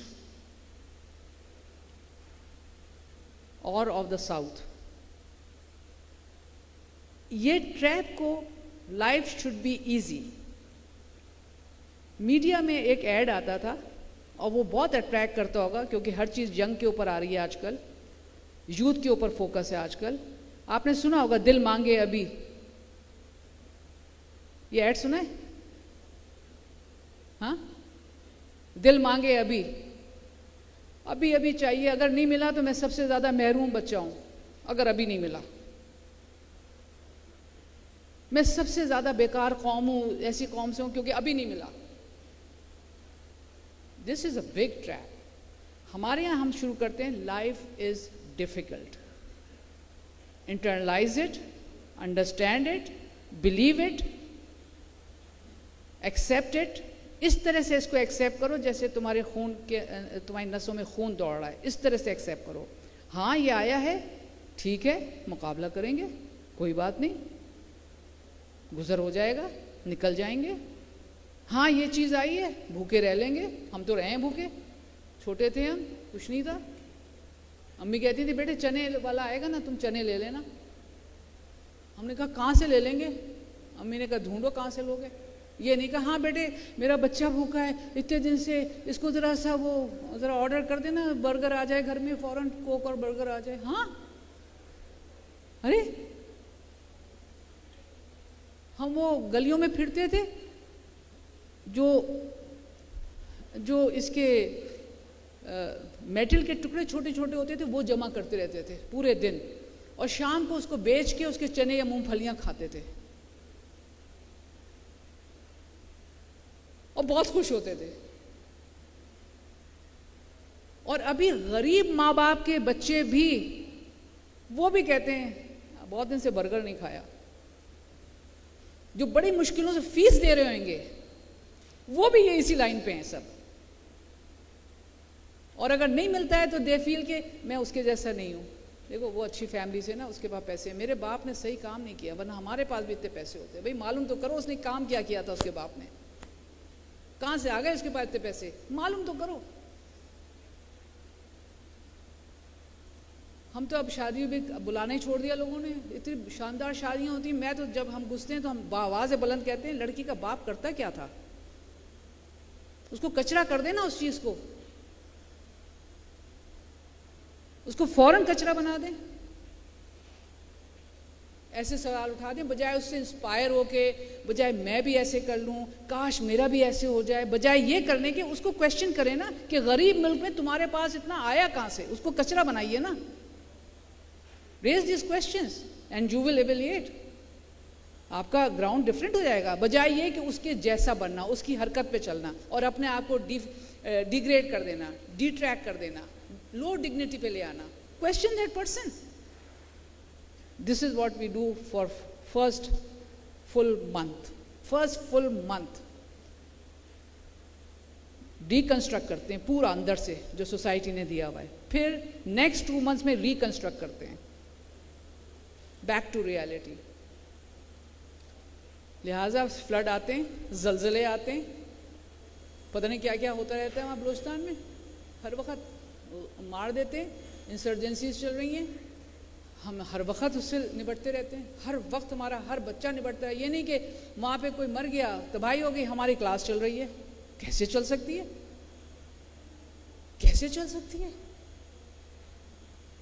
Mansera में 2005 में पूरा तहस नहस हो गया, हमारा कोर्स शुरू ही हुआ था, हमने पूरा कोर्स मनसेरा ले गए विद टीचर्स, हम लोग सब मनसेरा चले गए अपने टेंट्स लेके, और हम सब उन लोगों के साथ रहे, उनके टेंट्स बनाए, उनके घर बनाए, जो भी उनको ज़रूरत थी खुराक की, पूरा 3 महीने उन पहाड़ों के ऊपर रहे। बस हमारा कोर्स भी था, हम लोगों से भी कनेक्टेड थे, और फर्स्ट टाइम बलूचिस्तान को भी पता लगा बच्चों को मनसेरा क्या है, एबटाबाद क्या है, लोग क्या हैं। So we just move with the crisis, जहाँ पे है, जहाँ पे दुख है, दर्द है, और हम उसको हमारे यहाँ हम ज्वाइन करते हैं, उसको स्पर ऑफ द मोमेंट पे चेंज कर देते हैं चीज़ों को, और वहाँ से जो इल्म लेके आते हैं, जो भी आगे ही लेके आते हैं, then we think and talk about it, we do research on it, we do seminars on it, हम इस पर कॉन्फ्रेंस करते हैं आपस में। That's what our university is. तो ये ज़लज़ला, ये सैलाब आया, आप यकीन जानिए, मैं सर को बता रही थी कि जुलाई में आ चुका था बलूचिस्तान में, मिड जुलाई में बारिशें हो रही थी तेज़, क्योंकि वो पहाड़ी इलाका है, तो वहाँ पे बारिश जो होती है वो बहुत तेज़ी के साथ पहाड़ों से बहुत फ्लड की तरह आती है, इंस्टेंटली आती है और यूँ शुप करके बहा के ले जाती है सब।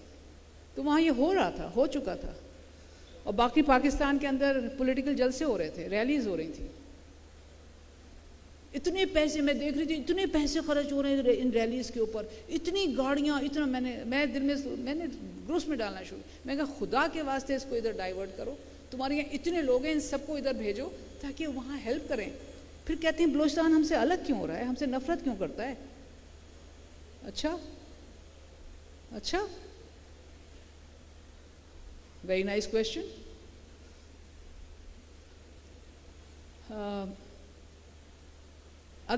मिड अगस्त के अंदर जब दूसरी प्रोविंसेस में आया तो जागे हैं सब। उस वक्त तक मैं 3 चक्कर लगा चुकी थी कि बेला तक की रोड जो थी वहाँ हम पहुँच सकते थे, कराची से बेला, और वो भी टूट गई थी, और वहाँ पे कोई 7 घंटे अगर आप खड़े रहें तो वो ठीक कर देते थे, उनकी क्रेनें व्रेनें ठीक कर देती थी। कमाल की एडमिनिस्ट्रेशन थी, रुकने दी नहीं दी, ट्रैफिक रुकने नहीं दी, मगर आगे जाके खुशदार से आगे बिल्कुल कट गया था।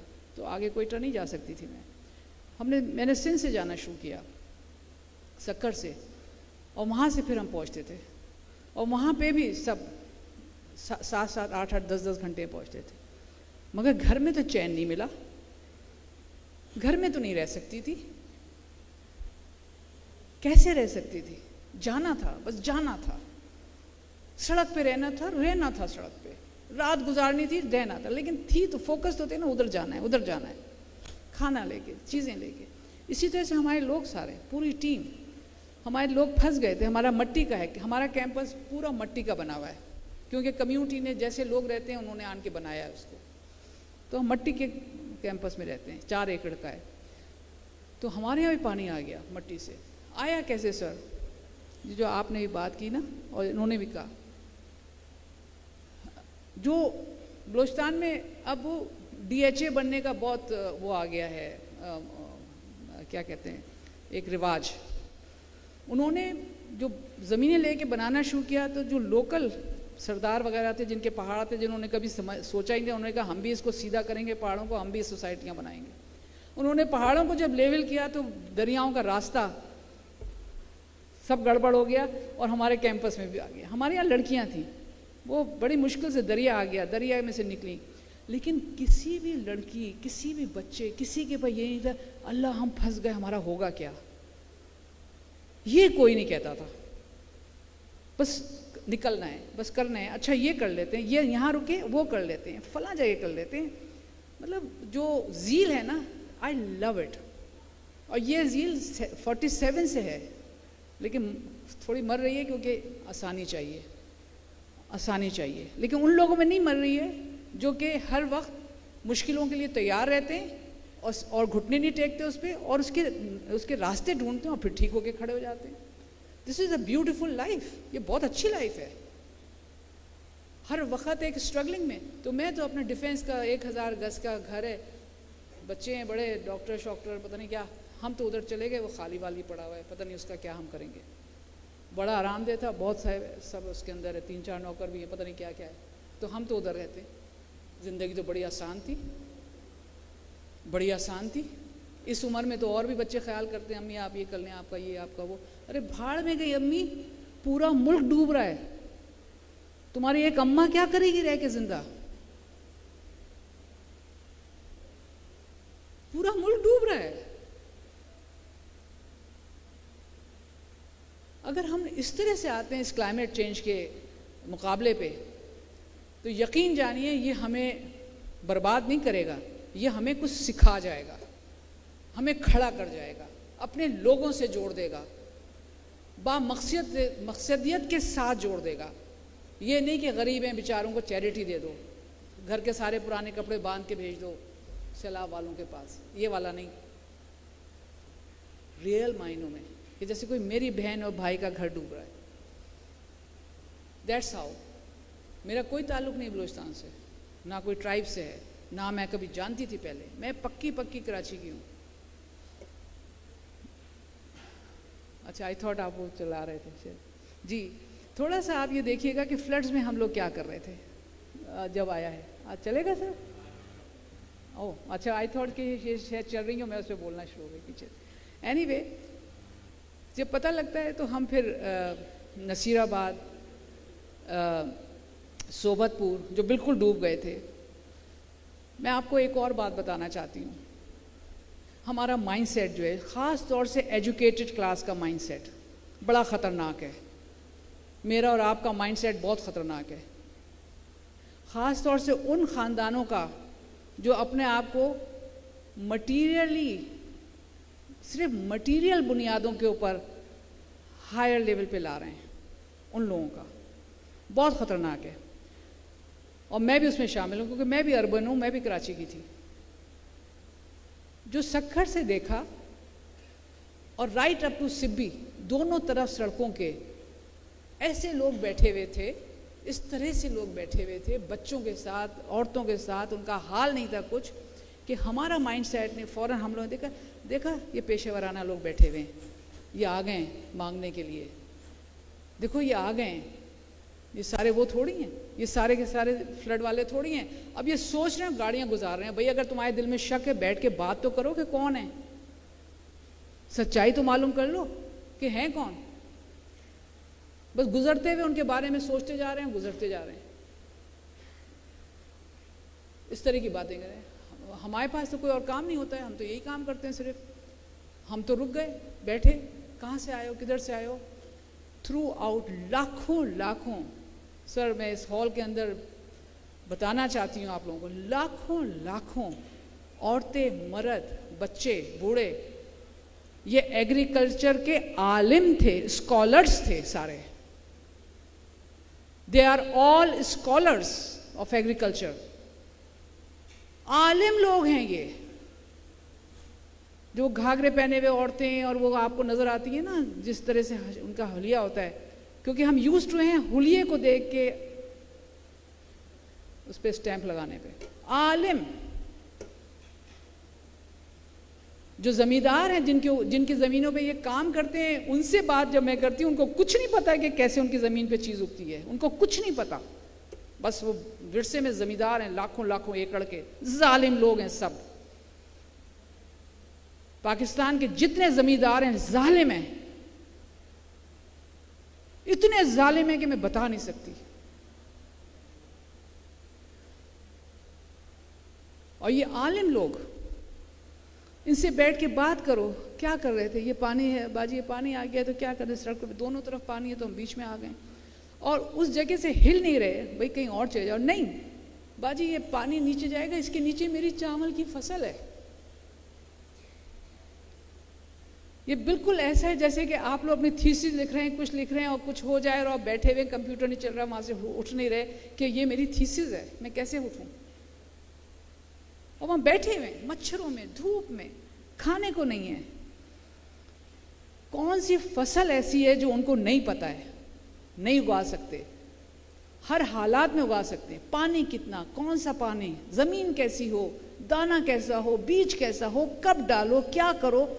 आलिम लोग हैं, जैसे कि आप लोग इस अपने अपने एरिया के आलिम हैं, ये आलिम लोग हैं। इनका हशर, आलिमों का हशर।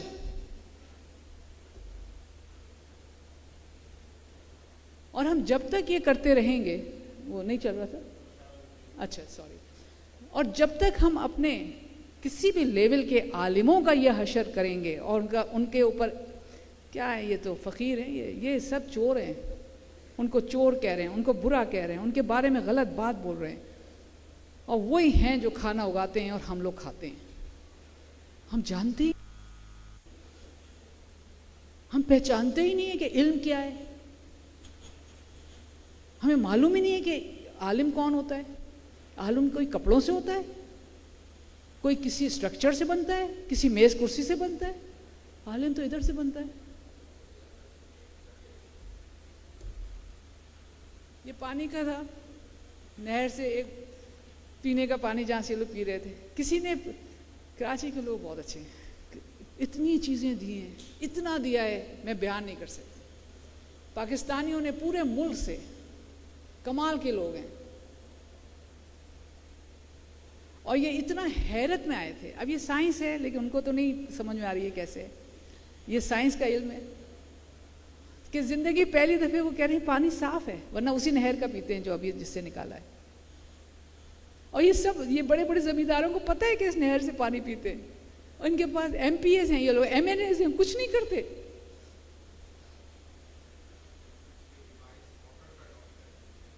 जी सर,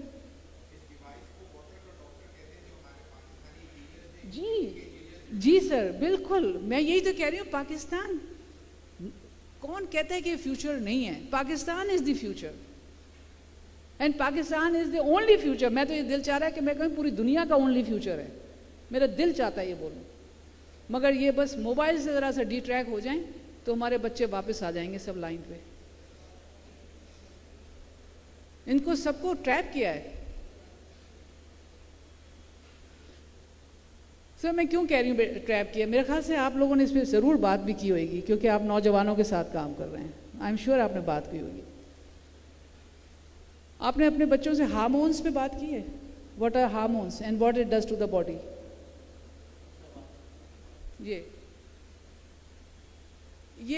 ये हाल हो गया इनकी ज़मीनों का।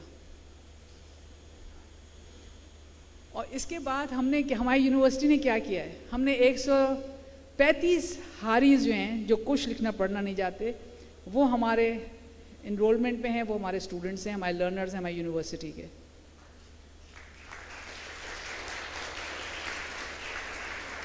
अच्छा, मज़े की बात ये है कि हमारे लर्नर्स तो क्या होंगे, सिर्फ ये कि हम उनको फेलोशिप का सपोर्ट दे रहे हैं ताकि वो बीज खरीद सकें और कर सकें। इसके आगे अब इस वक्त जो है हमारे यूनिवर्सिटी के तमाम लोगों को इनके साथ इनको उस्ताद मानना है, ख़ुद लर्नर हैं। अभी पहले साल जो है, पहले साल हम लोग इनके लर्नर हैं, क्योंकि हमारे यहाँ किसी को नहीं पता है कि इनकी ज़िंदगी है क्या, तो हम अभी इनके लर्नर हैं और ये हमें सिखा रहे हैं। तो पहला साल ये हमारे उस्ताद हैं और हम इसके साथ मिलके जो आउटकम निकलेगा वो हमारा कोर्स बनेगा, फिर हमारी यूनिवर्सिटी का वो कोर्स बनेगा।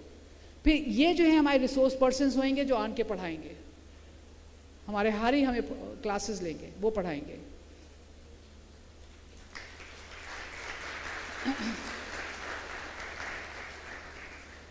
दूसरा जो था, सबसे ज़्यादा जो तकलीफ़ में थी वो औरतें और बच्चे थे, और ज़्यादातर प्रेग्नेंट औरतें। प्रेग्नेंट औरतों का क्या, कहाँ जाएं, क्या करें? तो हमारे यहाँ जो विमेन है, कोई 400 के करीब IDSP ने यंग लड़कियां हैं गांव देहातों की, वो कम्युनिटी मिडवाइफ्स हैं और उनको 2 साल का कोर्स कराची बुला के कराते हैं हम लोग। 3 महीने का कोर्स, 2 साल का गवर्नमेंट कराती है, और वो वापस जाती हैं। कोई 400 लड़कियां हैं ये। वो लड़कियां इस वक्त इतना काम I as midwives in the villages, अभी कैंप्स लगा रही हैं। मैट्रिक पास लड़कियां हैं, बलोच और पश्तून और बरावी, चादरें पहनती हैं, देखने से लगेगा कि इनको मासी की बेटी कह दें हम लोग। आलिम हैं, आलिम हैं, जिंदगियां बचाती हैं, आलिम हैं। हमारे यहाँ तो यहाँ हाथ पैर कांप जाए किसी प्रेग्नेंट औरत के अगर बच्चा पैदा हो रहा हो, हम ज़रा सा भी देख लें, हम वहीं पे भाग जाएं उधर से। They stand, they do it, they deliver आखिरी वक्त तक। मैट्रिक पास लड़कियाँ हैं, कहीं नहीं गई हैं किसी जगह, यूनिवर्सिटी कहीं नहीं, मैट्रिक भी प्राइवेट पढ़ा है। 30,000 डिलीवरीज अब तक करा चुकी हैं, एक सिर्फ मरी थी उसमें, वो भी देर से आई थी। और मोर्टेलिटी का फिगर, बलूचिस्तान की मैटरनल मोर्टेलिटी हर 1 लाख माओं पे 700 के करीब माएँ मरती हैं डिलीवरी में, और अब पिछले 5 साल से ये 200 पे आ गया फिगर। They are fighters. ये लड़कियां जो हैं, ये जो कम्युनिटी मिडवाइव्स हैं 400 से ज़्यादा, ये फाइटर्स हैं। ये बलूचिस्तान से बस करके इधर आ जाती हैं, यहाँ पे मरीज़ों को लाती हैं, 3 महीने यहाँ रहती हैं, वापस जाती हैं, आती हैं। मैंने कराची से कहा, 2-4 हमारे कराची यूनिवर्सिटी के हमारे दोस्त, उन्होंने कहा आप लोग चलें, अगर वहाँ पे बलूचिस्तान चलते हैं, कुछ आप लोग इंटरप्रिटेशन या उर्दू में ट्रांसलेशंस वगैरह। कह नहीं बलूचिस्तान नहीं भाई नहीं, हम तो नहीं जा सकते। MA पास, मास्टर्स, देखने में बड़ी मॉडर्न, बड़ी लिबरेटेड, देखने में बहुत लिबरेटेड। नहीं नहीं मैं तो नहीं ट्रैवल कर सकती। तो लिबरेशन किस काम का है तुम्हारा? सिर्फ कपड़े पहनने तक लिबरेशन है? इधर से क्या हुआ, इधर से क्या हुआ? यहाँ से तो तुम लिबरेटेड नहीं हो, सिर्फ कपड़े पहने हैं वैसे वाले, उनकी नकल करिए। यहाँ से तो कुछ नहीं है। ये लड़कियां तो आती हैं जाती हैं बसों से अकेले अकेले।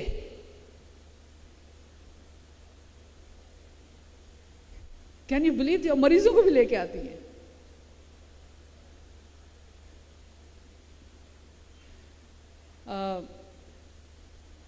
अब क्या है, इन्होंने मिडवाइफ्स ने हमारे मेडिकल कैंप्स किए हैं, कोई 2000 के करीब माओं को देखा है, बग़ैर किसी उजरत के। कोई भी शख्स पैसे लेके नहीं काम कर रहा है। कोई 1000, तकरीबन 1000 से ज़्यादा ज़मीन ये 135 हारियों ने कल्टीवेट कर लिया है, दोबारा खड़े हो गए। हम आप हों तो टूट जाएं, क्योंकि घर भी टूटा हुआ है, बच्चे भी मर गए, कहीं कहीं बीमारियां भी हैं, फिर ज़मीन पे खड़े हो गए, दोबारा खड़े हो गए। बात करो इनसे तो क्या कहते हैं, सुनिए आप क्या कहते हैं। नहीं बाजी यही ज़िंदगी है, करना तो है ना, यही जिंदगी है। क्या बात है, क्या हिम्मत है। हम में से हमारे बच्चे को ना छोड़ छाड़ के चले जाएं, क्या मुसीबत है। हमारे घर के हालात ही नहीं बदलते, भाड़ में गए, मैं जा रहा हूं, खड़े हो गए, दोबारा खड़े हो गए। ये एनर्जी सिखाती है हमें, ये बलूचिस्तान से सीखते हैं हम, मैं सीखती हूँ और कंटिन्यू रहती हूँ जैसे 47 में था, उसी रिदम में हूँ मैं अभी भी। और मैंने वो बदलना नहीं है, क्योंकि पाकिस्तान को उसी रिदम की ज़रूरत है, वैसा ही ज़रूरत है, वही स्टाइल की ज़रूरत है।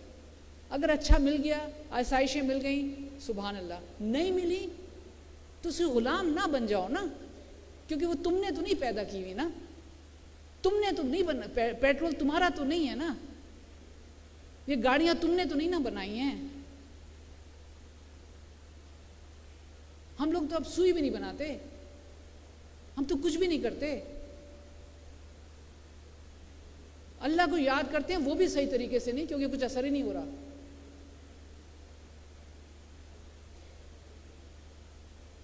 तो जो हम करते हैं उसमें शान निकालें और वहां से फिर दोबारा ग्रो करें, खड़े हो। जो आता है, मुझे कम्युनिटी डेवलपमेंट आता था, मैंने यूनिवर्सिटी ऑफ कराची से first class first position gold medal लिया था सोशल वर्क में। मुझे वाइस चांसलर ने कहा कि ज्वाइन करें डिपार्टमेंट। मैं कहा क्यों?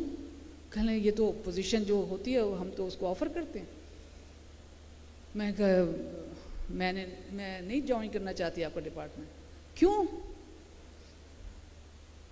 ये कैसे? मैं कहा सोशल वर्क में मैंने कम्युनिटी डेवलपमेंट से मैं इंस्पायर हुई हूँ, उसका एक सब्जेक्ट होता है। ये मेरा इंस्पिरेशन है, ये मेरी इंस्पिरेशन थी।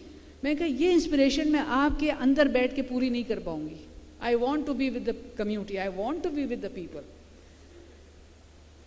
ये 80s की बात है और ख्वाब था, पैशन था, यंग थी, जुनून था जो आप में होना चाहिए, जुनून, उम्र का तकाजा था जुनूनियत का। 80s की बात है और 2015 में university of community development Balochistan में बनाई है।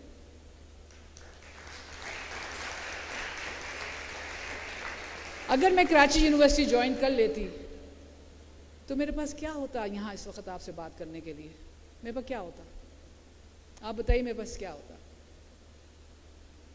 मैंने खुद देखा है कि हमारी क्लासेस जो थी वो डिले हो जाती थी, क्योंकि प्रोफेसर्स जो थे अंदर बैठे हुए वो हर ये डिस्कस कर रहे थे कि सीनियरिटी अब कैसे किसको मिलनी है और अब कैसे वोट किसको डालना है और अब कैसे किसका तबादला, कौन ऊंचा जाना है कौन नीचा जाना है। And they are not coming out to take the class. This is the only concern they had. Why will I join such a department? फिर यूनिसेफ ने मुझे कहा ज्वाइन मी। यूनिसेफ ने मुझे बहुत अच्छा ग्रेड दिया PhD के बाद। मैं सिर्फ ये बातें इसलिए अपने पर्सनल कर रही हूँ कि you are the young people, मैं आपके एज ग्रुप के वक्त की बात कर रही हूँ। कौन यूनिसेफ की जॉब छोड़ेगा? I was offered after my PhD, क्योंकि मेरा प्रोजेक्ट जो था वो इंटरनेशनल लाइमलाइट में चला गया था, टॉयलेट बनाने वाला। 5000 टॉयलेट्स मैंने बनाए थे, वो इंटरनेशनल हो गया। PhD के बाद और भी थ्योरी एंड प्रैक्टिस मिल गई थी साथ। ऐसा उनको नायाब कोई मिल नहीं रहा था, और वो भी औरत, वो भी मुसलमान मुल्क की औरत, उनको चाहिए था। इनको ये सब चाहिए होते हैं, वो अभी लंबी बात हो जाएगी, ये सब इनको चाहिए होते हैं। Sindh program officer with 5 portfolios of Sindh. I lasted only 6 months there. 6 महीने बाद रिजाइन कर दिया मैंने। 3 महीने तक उन्होंने रेजिग्नेशन नहीं माना। I was on, मैं इंटरनेशनल पोजीशन के लिए मैच्योर हो चुकी थी बिकॉज ऑफ माई PhD। उन्होंने मुझसे हाथ जोड़े कि तुम बस से 2 साल कर लो, तुम न्यूयॉर्क में होगी। हाँ, मैंने कहा मैं रिजाइन इसलिए कर रही हूँ कि मैं कम्युनिटी में नहीं जा सकती, तुम मुझको न्यूयॉर्क लेके जाओगे अभी। मैंने कहा मुझे नहीं ज्वाइन करना, मुझे नहीं आना।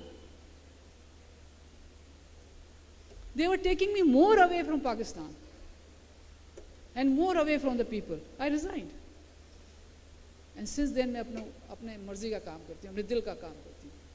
और आप लोग इस सब अपने दिल से बातें किया करें। दिल बहुत सच्चा बोलता है, और जितना दुखी दिल होता है, जितना परेशानियों में दिल होता है, उतना ही वो सच्चा बोलता है। आसानियों में एयर कंडीशन, घर के अंदर सामने टीवी चल रहा है, हाथ में मोबाइल है, बहुत सारे पैसे, वो वाला दिल बात करना ही बंद कर देता है, बात ही नहीं करता आपसे। तो जब आपका दिल दुखे और आप परेशान हो, समझ लें कि it is awake, I am awake, मैं जिंदा हूँ क्योंकि मैं परेशान हूँ। I am awake, I can do things, I have to think, मैं रास्ते निकालूँ। हमने तो इस सैलाब में से रास्ते निकाले और बहुत अच्छे रास्ते निकले और हम बहुत अच्छा जुड़े हैं दोबारा से। सर सैलाब पे बात करनी थी, लेकिन आपने जो कहा ना कि पाकिस्तान का फ्यूचर नहीं है, तो सारा गड़बड़ हो गया इधर मेरा। I am so sorry. जी सवाल होंगे तो मैं ज़रूर सवालों के लिए यहाँ खड़ी हूँ या जाऊँ दोबारा? थैंक यू सो मच, बहुत शुक्रिया, बहुत शुक्रिया।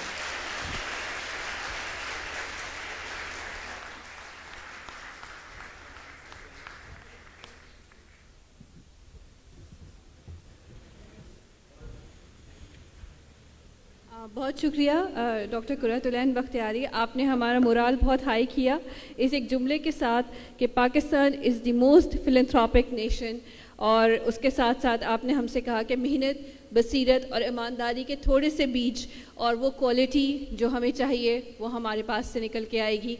आप अब हम चाहेंगे कि कुछ सवाल जवाब जो हमारी ऑडियंस आपसे करना चाहे, प्लीज़ आप लोग अगर कुछ पूछना चाहते हैं डॉक्टर साहिबा से, तो आप लोगों के पास माइक की फैसिलिटी मौजूद है, आप अपने हाथ उठा सकते हैं ताकि हम आपको माइक फराहम कर सकें।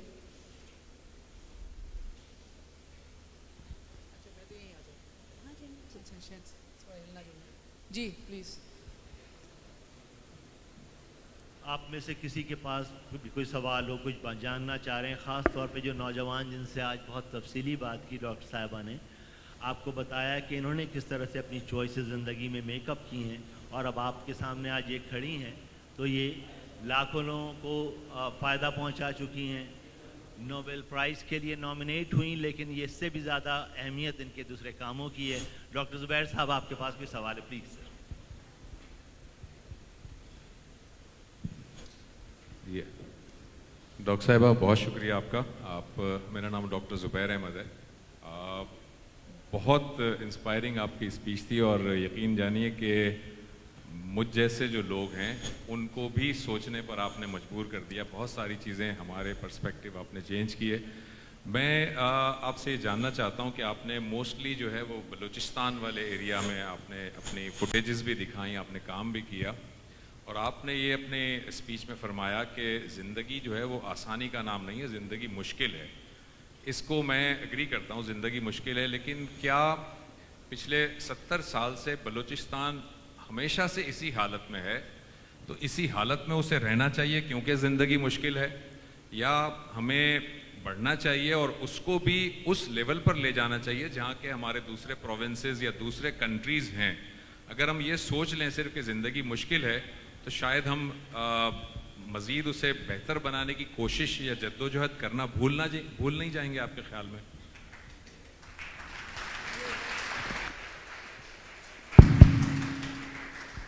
डॉक्टर साहब, बिल्कुल इस पे दो राय नहीं है जो आप कह रहे हैं, बिल्कुल सही कह रहे हैं।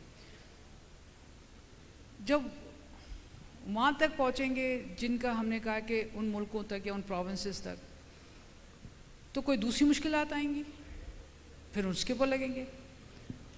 कभी मुश्किलात एंड तो नहीं होंगी ना, पहले तो ये अंडरस्टैंडिंग कि all the time when you come to one level, थोड़े दिन के बाद ये लगता है कि नई चीज़ खड़ी हो गई है सामने। तो आपके कैरेक्टर के अंदर, मैं पहली बात का जवाब दे रही हूँ, आपके कैरेक्टर के अंदर ये होना चाहिए, fine, world is not coming to end, I am going to get out of it, I will do this. Rather ये कि घुटने टेक दो, किसी से सिफारिश ले लो, कहीं नीचे गिर जाओ, कहीं डिसग्रेस हो जाओ, I am talking about that. कहीं ऐसे गलत कॉम्प्रोमाइज़ कर लो कि जल्दी से क्विक फिक्स हो के और ठीक हो जाए सब, और मैं उसके बराबर हो जाऊँ, मैं फ़लाँ के बराबर हो जाऊँ, फ़लाँ वहाँ पहुँच गया उसके बराबर कैसे हूँ। ये सर, मैं ये वैल्यूज़ जो हैं, जो इनकलकेट हो गई हैं in the name of development, ये चीज़ें जो हैं ये बहुत ज़्यादा ख़तरनाक हैं, ख़ास तौर से हमारे जैसे नेशन के लिए। रियलिटी बेस्ड डेवलपमेंट होना चाहिए, नकल बेस्ड नहीं होना चाहिए। हम इस वक्त नकल कर रहे हैं और बलूचिस्तान नकल नहीं कर रहा, उसको समझ नहीं आ रहा है कि मैं किधर जाऊं बलूचिस्तान में। अब मैं आपको मिसाल देती हूँ, अपने से मिसाल देती हूँ, क्योंकि आप समझ लीजिए आई एम अनबायस्ड, क्योंकि मैं ना बलोच हूँ ना पश्तून हूँ, मैं कराची की हूँ और मैं कभी पहले से, मेरा कोई वहाँ से वास्ता नहीं है, राब्ता नहीं है। सर मुझे गवर्नमेंट ने, जब मैंने सैनिटेशन का काम कर लिया, वहाँ पे 3000 लेटरिन्स बना लिए, टॉयलेट्स बना के ट्रेनिंग दे दी कि इसको कैसे फ्लश करते हैं, ये करते हैं। फिर से गवर्नमेंट ने मुझसे कहा कि आप हमारे साथ एक और काम कर सकती हैं। मैंने कहा बताइए। उन्होंने कहा हमारे यहाँ गर्ल्स के स्कूल नहीं है, गर्ल्स एजुकेशन नहीं है, ख़ास तौर से रूरल एरिया में, और आवाम जो है वो लड़की को पढ़ाने को तैयार नहीं है, हमारे यहाँ लड़कियों को पढ़ाते नहीं हैं।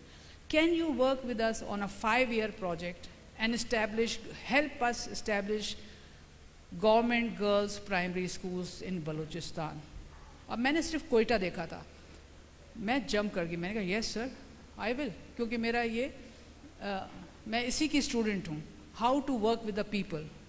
ये मैं मेथडोलॉजीज़ बनाती हूँ, I create methodologies out of my researches of how to work with the people, this is what is my area.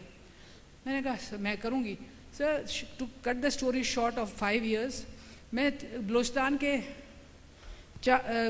के 4000 देहातों में गई हूँ उस वक़्त, फ्रॉम 91 till 97, और 4000 के हर गांव के हर घर में गई हूँ, और हर घर में मैंने एक दिन रही हूँ और फैमिली एजुकेशन मीटिंग किए कि what is education with the family. हम सिस्टम्स लाते हैं, हम डिसीजन मेकर्स मानते हैं, प्राइम मिनिस्टर डिसीजन मेकर है, chief minister decision maker, government decision maker है, डायरेक्टर्स और डिपार्टमेंट डिसीजन, पेरेंट्स भी तो डिसीजन मेकर हैं, फैमिली भी तो डिसीजन मेकर है, कम्युनिटी भी तो डिसीजन मेकर है। Why do we leave them? हम इसको पूरी प्लानिंग में, ये कहीं होते ही नहीं है। अगर होते हैं तो कहते हैं हाँ हमने वो इलेक्टेड रिप्रेजेंटेटिव्स को बुला लिया। इलेक्टेड रिप्रेजेंटेटिव तो बिल्कुल नहीं रिप्रेजेंट करते कम्युनिटीज़ को, बिल्कुल नहीं करते, झूठ है। और मैंने सबको बाईपास करके घरों में गई थी, माँ बाप चची दादी, बड़े बड़े ख़ानदान, बड़े बड़े दालान, उसके अंदर आप यकीन जानिए sir, not a single family said कि हम लड़की को नहीं पढ़ाएंगे, नॉट अ सिंगल। जैसे इस वक्त पूरी जो डोमिनेंट कौमें नहीं है दुनिया की, जो हम पर ठप्पे लगा रही हैं, जितने आप डोमिनेंट होते हैं ना उतनी आपकी बात चलती है।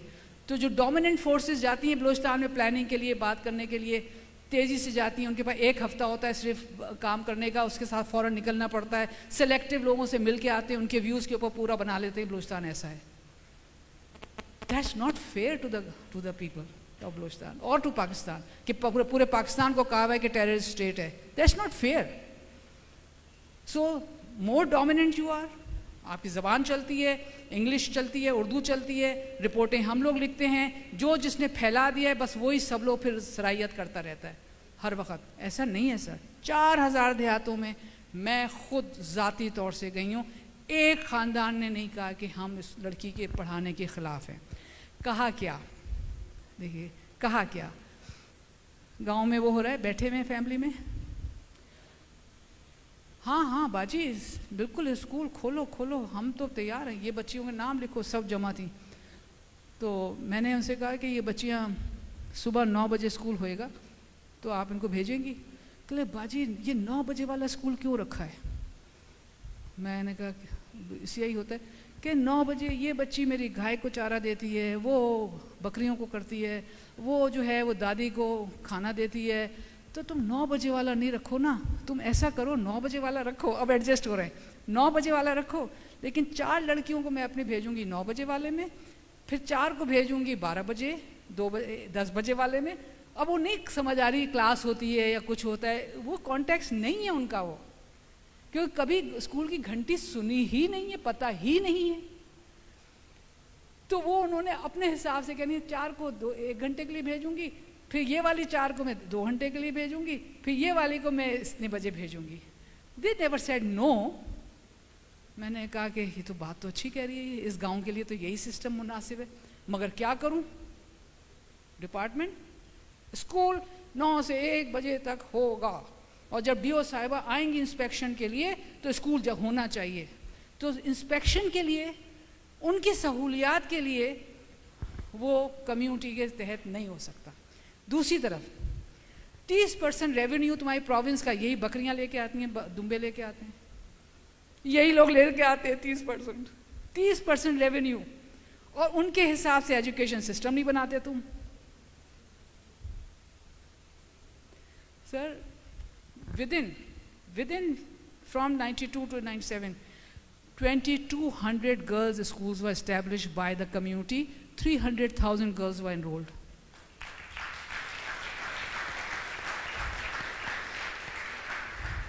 इसमें मेरा कोई कमाल नहीं है। 110 लड़के लड़कियां थे बलोची और पश्तून, क्योंकि मुझे तो ज़बानें नहीं आती, जो ट्रेन हुए थे, टीमें थी, हर डिस्ट्रिक्ट की टीमें थी ये काम करने की। मगर सर अब जो है बहुत डाउन जा रहा है, वी आर गोइंग बैक। और क्यों?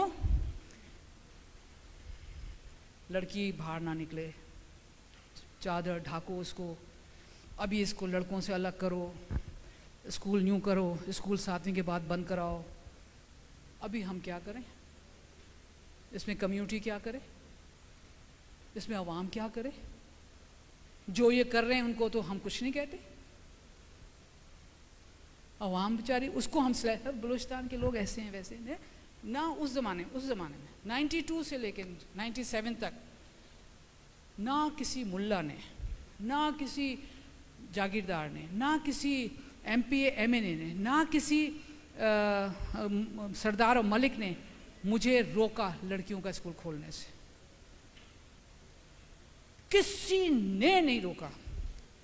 और आपको पता है जो 40 जाली स्कूल चल रहे थे दुर्ग में, मूसा खेल से आगे पंजाब की सरहद पे, मैंने 40 स्कूल झूठे थे जो गवर्नमेंट के ऊपर लोड था उनका, मैंने उनका सबका रैप करके, सामान वामान रैप करके अपनी उसमें रख के मैं वापस ले आई। मैं कहा कोई स्कूल नहीं है ये, बंद कराए। और मैं कराची की गई हुई। तीसरी मिसाल से बलूचिस्तान को अंडरस्टैंड करने की ज़रूरत है। हम कहते हैं कि ये बायसेस हैं इनकी दूसरे प्रोविंसेस के साथ। तो मैं तो कराची की हूँ। हम कहते हैं बायसेस हैं औरतों के ख़िलाफ़, मैं तो औरत हूँ। हम कहते हैं बायसेस हैं इनकी पढ़ी लिखी खातून से के साथ, मैं भी कुछ पढ़ी लिखी हूँ। 4 एकड़ ज़मीन दी है मुझे गवर्नमेंट ऑफ बलूचिस्तान ने, इंस्टीट्यूट बना रही हूँ, यूनिवर्सिटी के लिए दिए। एक्सेप्टेंस ऐसी है कि अपना घर भूल गई हूँ, बाहर की हूँ, उर्दू बोलने वाली हूँ, ना बलोची हूँ ना पश्तून हूँ। कैसे हुआ? कैसे? A woman, most of all it's a woman. Sir deeper जाएंगे चीज़ें मुख्तलिफ नज़र आएंगी। और जो लोग सब ये ऑब्स्टिकल्स करते हैं ना, जो ये बातें करते हैं, वो सिर्फ इसलिए करते हैं, उन लोगों से करते हैं जिनका वो कहते हैं कि ये आए ना, यहाँ ज़्यादा ना आए, बेजार हो के हमसे चले जाएं। क्योंकि वो वेस्टेड इंटरेस्ट वाले लोग हैं सारे, वो दूर रखना चाहते हैं ये चीज़। दूसरी चीज़, आप बलूचिस्तान में अच्छे ह्यूमन रिसोर्स बनाएं। हमारे 8000 बच्चे निकले हैं, सारे टॉप पोजीशंस के ऊपर काम कर रहे हैं, गवर्नमेंट और नॉन गवर्नमेंट पे।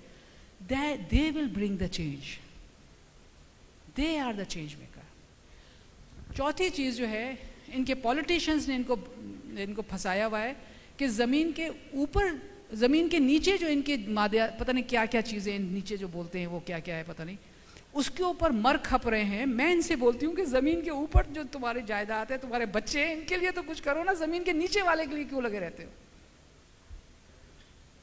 Why are you after these resources जो ज़मीन के नीचे हैं? Why are you not worried about your children? अपने बच्चों पे लगाएं। चेंज बहुत अच्छा आ रहा है। आप सब दोबारा आइए, हम आपको लेके जाएंगे, हम आपको बताएंगे कितनी यूनिवर्सिटीज़ खुली हैं, क्या किस तरह के टीचर और प्रोफेसर्स निकल रहे हैं। There is lot of change happening, मगर the change is happening at their pace.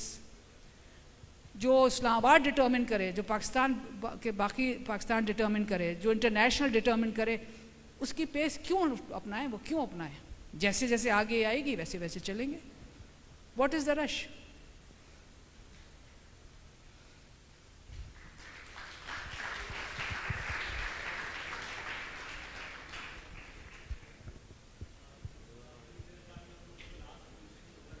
जी मैं बहुत लंबा जवाब देती हूँ ना, आई नो। मैं क्या करूँ? I have only stories, I don't have a theory. Okay. मेरे पास थ्योरी नहीं है, मेरे पास स्टोरी है जी। Okay. तो कोई बच्चों से नहीं पूछें? एक बच्चों को दे दें सर के साथ, हम फिर भी बात करेंगे। अगर स्टूडेंट्स से दो आ रहे हैं, स्टूडेंट्स के है। थैंक यू डॉक्टर साहबा, thank you so very much. और आई एम रियली मच, मेरा नाम डॉक्टर सज्जाद है। I am really much impressed and Indeed this is a pressing need जो हमारी इस वक्त यूथ के लिए ये कॉन्सेप्ट या ये understanding, this is something very essential. मैं अपनी सवाल को थोड़ा सा शॉर्ट करने की कोशिश करता हूँ और एक तमसील से, एक मुमासला से बात करूँगा। जिस तरह हमारे पास एक लैंड, ज़मीन है, ज़मीन में बीज डाले जाते हैं ताकि उसमें से फसल या क्रॉप बन सके। वो ज़मीन एक प्लेटफॉर्म है। उस ज़मीन पे जो बीज डाले जाते हैं, कुछ बीज ज़मीन के अंदर जाते हैं और वो फ्रूट बन के आते हैं।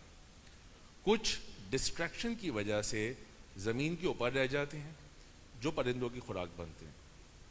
कुछ बीज ज़मीन के साइडों में जाते हैं जो कि झाड़ियाँ या वीड्स बन जाते हैं। अब यहाँ पे प्लेटफॉर्म, ज़मीन इज़ द प्लेटफॉर्म। ये बीज हमारी यूथ है और ये जो बीज ज़मीन के बाहर या परिंदों की खुराक बन रहे हैं, इसको मैं समझता हूँ कि ये डिस्ट्रैक्शन है। जो ज़मीन के बाहर बीज पड़े हुए हैं, जो परिंदों की खुराक बन रहे हैं या झाड़ियाँ बन रहे हैं, ये डिस्ट्रैक्शन है। तो हमारी इस वक्त यूथ का जो एक बहुत बड़ा अलमिया, बीइंग एकेडमिशियन भी मैं देखता हूँ कि हमारे बच्चे बहुत शदीद शिकार हैं डिस्ट्रैक्शन का।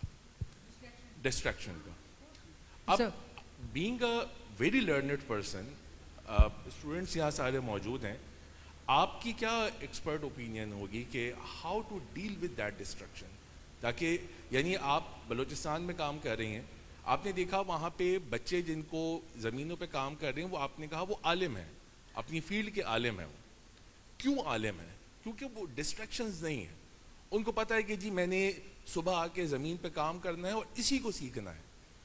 हमारे बच्चे mobile phones, technology, surroundings, infrastructure, इससे मैं समझता हूँ कि बहुत ज़्यादा डिस्ट्रैक्टेड हैं।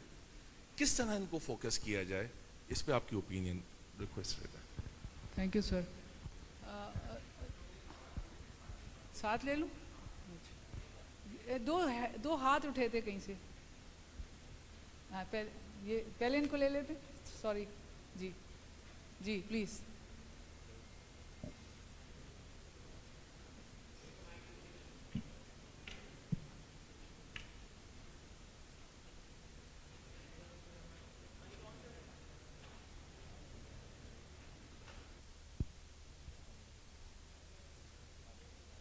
Hello, BBA student.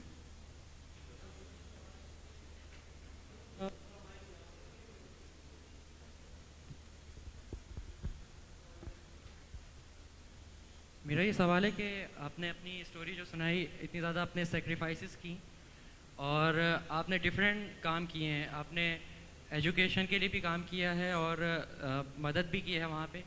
तो बेसिकली आपका विज़न क्या है और कितना अचीव हो गया है और कितना रहता है, क्या फ्यूचर है आपके इस विज़न का?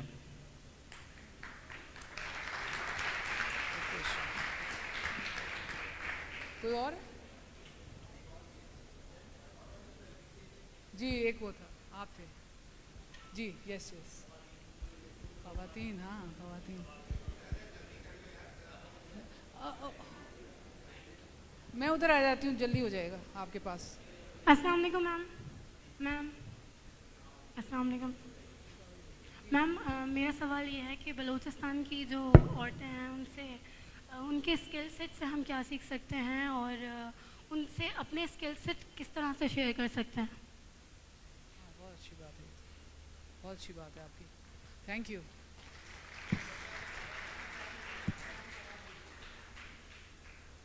वो पहले थे जो पीछे खड़े हैं ना, वाइट शर्ट। अस्सलाम वालेकुम मैम। मेरा नाम Mohammad Adil, bachelor of engineering से ताल्लुक़ है, लास्ट ईयर है। मेरा सवाल ये है, मैंने अपनी यूनिवर्सिटी लाइफ में ये देखा है कि कोई भी एजुकेटेड पर्सन या फिर कराची से पढ़कर किसी और कंट्री या किसी और सूबे पे चले आते काम करने, जबकि पहले से अभी कराची बहुत डाउन चले गया। अक्सर जैसे कि आप भी हैं, आप बलूचिस्तान में काम कर रही हैं, जबकि आपने स्कूल से लेकर यूनिवर्सिटी लाइफ कराची में गुजारा है, और लोग कराची को कुछ नहीं देते, सब बाहर चले जाते हैं। अक्सर मैंने देखा इस तरह ये हो रहा है कि कराची डाउन होते जा रहे हैं और सुबह के जितने भी सिटी है वो अपडेट होते जा रहे हैं, तो ऐसा क्यों है?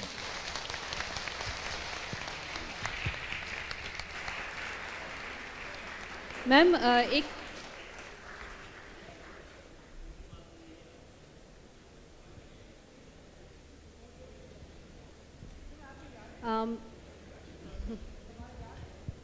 हेलो, अस्सलाम वालेकुम।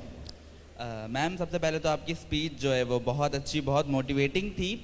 मेरा सवाल ये है कि अभी आपने जैसे यूथ के रॉन्ग एडिक्शन की बात की थी, तो क्या आप समझती हैं कि एडिक्शन जो है वो इतनी आसानी से ख़त्म हो सकता है, और अगर हो सकता है तो उसके लिए थोड़ी सी टिप्स या फिर ट्रिक्स हमें बताइएगा प्लीज़। Thank you. मैम बस एक लास्ट सवाल जो मैं करना चाहूँगी आपसे कि मैम जी ठीक है, ओके जी मैम बस मुझे इतना पता करना था कि ब्रेन ड्रेन के हवाले से आपने कहा कि गुर्बत नहीं गैरत, तो ब्रेन ड्रेन के हवाले से कि जो ज़ाहिर बात है जो पढ़ लिख रहे हैं वो बाहर जा रहे हैं, तो हम अपने मुल्क में कैसे सर्व करें, उनको कैसे रोकें कि वो यहाँ पे कुछ कर सकें या उसको बेहतर बना सकें। Thank you. ओके मैम आपसे पूछा कि किस तरह से जो यूथ है वो काम करे, बलूचिस्तान के पास फंड चले जाते हैं बाकी सारी जगहों पे, तो आप किस तरह से उसको देखती हैं? जी बहुत सारे सवाल थे सर, आपको कुछ याद है कौन सा पहले कौन सा बाद में? एक बच्चे जी मैं आती हूँ सर के विजन की बात हुई थी।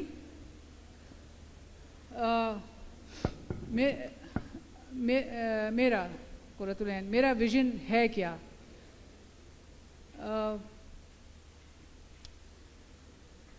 पाकिस्तानी होने के नाते से और उस दौर की पैदावार होने की बैकग्राउंड से, क्योंकि विजन जो होता है उन्हीं चीज़ों से बनता है ना, आपके फिर आगे से और फिर आपके एक्सपीरियंसेस होते हैं, और बहुत सारी चीज़ें जो पाकिस्तान में हुई हैं उसको समझने के बाद मेरा जो विजन है वो है कि मैं आखिर वक्त तक अपने आप को डेडिकेट करूं नौजवानों के बैरियर्स हटाने में और बहादुर बनाने में और फेयर ख़त्म करने में। To be fearless, that is my vision and my process and my methodology. Vision जो है वो हासिल नहीं होता कभी भी, वो एक स्टार की तरह होता है, ऊपर गोल हासिल हो जाते हैं, ऑब्जेक्टिव्स हासिल हो जाते हैं। विजन एक सितारे की तरह होता है जिसको आप देखते ही रहते हैं कि वहाँ पहुँचना है, मगर आप पहुँचते नहीं हैं वहाँ, मगर सफ़र बड़ा उम्दा होता है उसके पहुँचने का। तो मैं उस सफ़र में हूँ और मेरा सफ़र ही मेरा विजन है।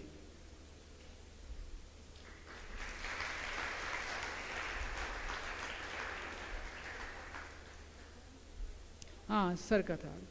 डॉक्टर साहब आपका बहुत बुनियादी सवाल था, उसी पे ही मैं आ रही थी कि किस तरह से हमारे जो बच्चे हैं, नौजवान हैं, इवन हारियों में भी और वहाँ पे भी जो उनकी नई नस्ल है वो काम करने के दौरान मोबाइल देखती रहती है, गाने होता रहता है उसको, वो भी आ गए हैं, ये नहीं कि वो कोई कटे हुए हैं, मगर फैमिली साथ है, ज़मीन अपनी है, निकाल दिए जाएंगे, खाना भी बनाना है, जो भी, तो दे are all together.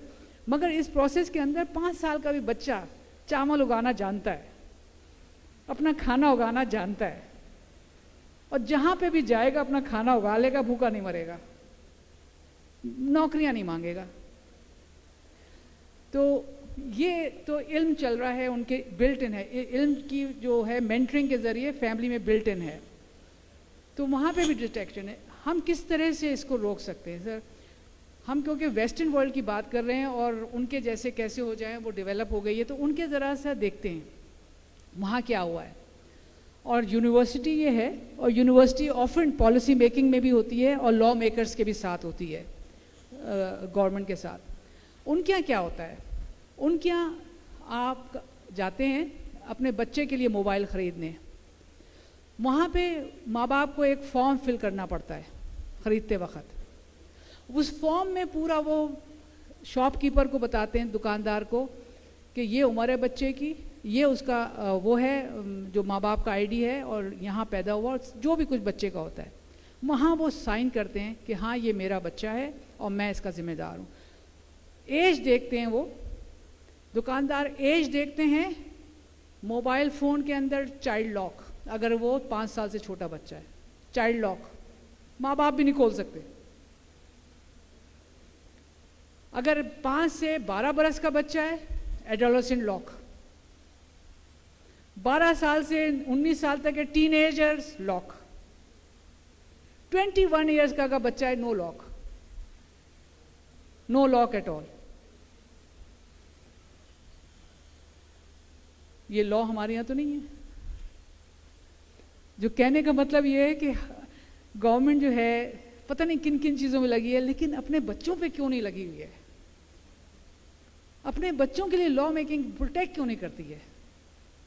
That's the whole question. पहली चीज़, एक तो लॉ के ज़रिए होगा, दूसरी चीज़ सर क्या है, हमारे नौजवान जो हैं इनको अंडरस्टैंडिंग, डीप अंडरस्टैंडिंग कराएं कि, और करा रहे होंगे, आई एम सॉरी आप करा रहे होंगे, कि पिछले 1000 साल में कैसे प्लानिंग हुई है दुनिया की और उस प्लानिंग का आज क्या नतीजा है। और ये इस वक्त जो इंटरनेट है और इस वक्त जो सारी चीज़ें हैं, इसकी प्लानिंग 1000 साल पहले हो चुकी है। अगर ये इनके अंदर आ जाए, ये मन तक आ जाए, देखिए नौजवान माइंड जो होता है ना, 2 तरीके से आपको नज़र आता है, हाँ ये हमारी बात मान गया, हम समझते हैं ये हमारी बात मान गया। एक तो आप बुज़ुर्ग हैं, आपका अदब करना है, जी जी जी आप सही कह रहे हैं, जी ठीक है, अच्छा मैं जाऊँ, देखो बेटा बहुत अच्छा है, इसने सब बात मान ली कोई नहीं, इज्जत की है आपकी। दूसरा क्या है कि अल्लाह गुनाह देगा, सवाब देगा, देखो दोज़ख में जाओगे, ये मत करो, डरा दिया आपने, चलो भाई ये भी हो गया। उसने कहा हाँ ये सही है, मैं ये नहीं करना चाहिए। यहाँ नहीं उतरा कुछ, ना खौफ में कुछ दिल में उतरता है, ना दिखावे में कुछ दिल में उतरता है। ये दोनों चीज़ें बकवास हैं। एक नौजवान के लिए दोनों चीज़ें बेमायनी हैं, बिल्कुल बेमायनी है। उतरता कैसे? मंतक से, क्रिटिकल थिंकिंग से, उसके साथ आप एंगेज हो हिस्टोरिकली, और वो हिस्टोरिकली नहीं कि हम इस्लाम में पहले किधर थे, हमें पता है हम किधर थे, बहुत हो गया, हमने सुन लिया, हमको रटा हुआ है। नहीं, हम कहाँ थे हिस्टोरिकली, दुनिया की जो हिस्टोरी थी वो हम कहाँ थे, उस वक़्त कौन मुल्क कैसे सोच रहा था, उस वक़्त क्या हुआ था, उस वक़्त वर्ल्ड वॉर 2 क्यों हुई थी, उसके बाद इंडस्ट्रियल रेवोल्यूशन क्यों आया था, क्या हुआ था, उसके बाद क्या हुआ था, उसके बाद कैसे स्टडी किया गया है, उसके बाद क्या, जनाब स्टडी किया गया है, बड़ा ज़बरदस्त साइंटिफिक स्टडी की गई है, इंसान को जांचा गया है, इंसान के हार्मोन्स को पढ़ा गया है, जो मैं पहले बात करना चाहिए थी कि एक इंसान के अंदर जो हार्मोन्स होते हैं वो उसको ड्राइव करते हैं सही और गलत करने के ऊपर। हार्मोन्स, ये मेडिकल साइंस है, आपको खुद पता है, इस कमरे में जितने लोग बैठे हैं सबको पता है कि जब लड़की 12-13 बरस की उम्र में होती है तो क्या होता है उसके साथ, जब लड़का 15-14 बरस की उम्र में जाता है क्या होता है उसके साथ, क्या होता है, हम सबको पता है क्या होता है। हम जुनूनियत में होते हैं रिप्रोडक्शन की, दोनों को मेट करना है,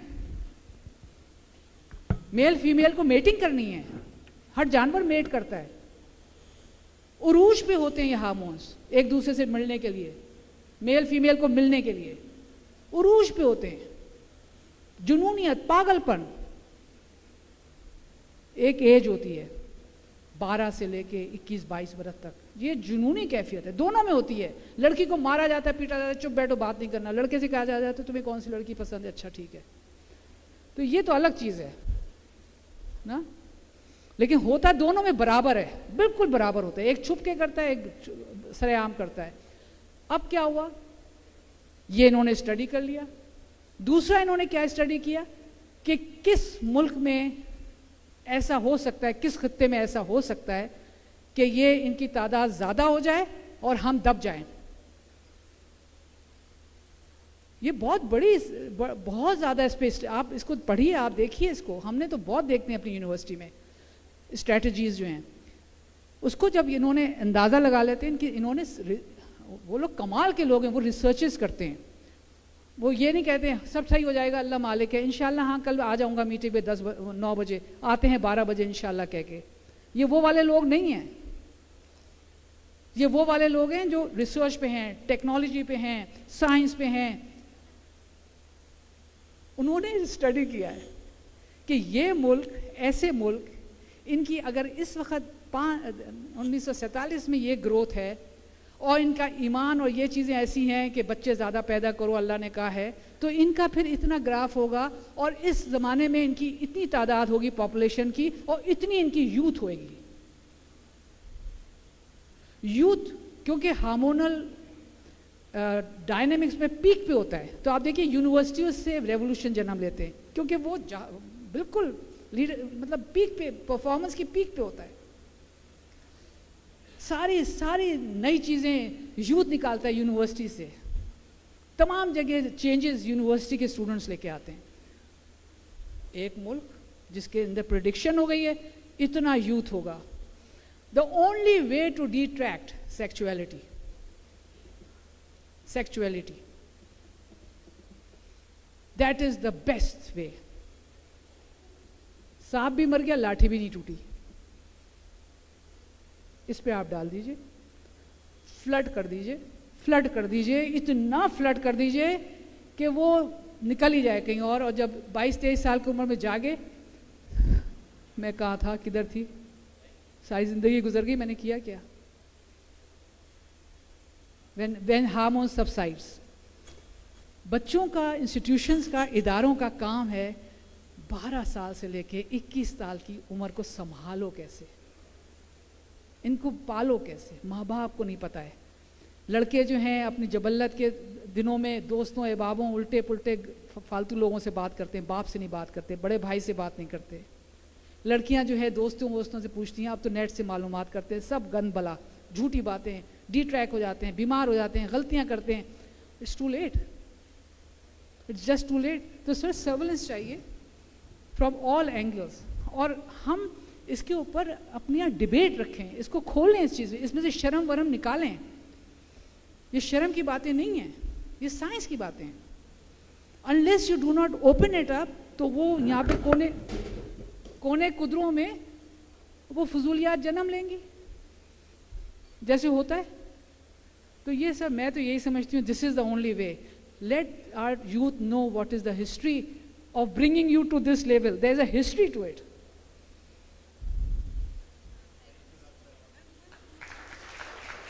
जवाब नहीं हुआ फिर बाद में मैं दे दूँगी। ठीक, थैंक यू। बहुत शुक्रिया डॉक्टर साहिबा, बहुत बहुत शुक्रिया।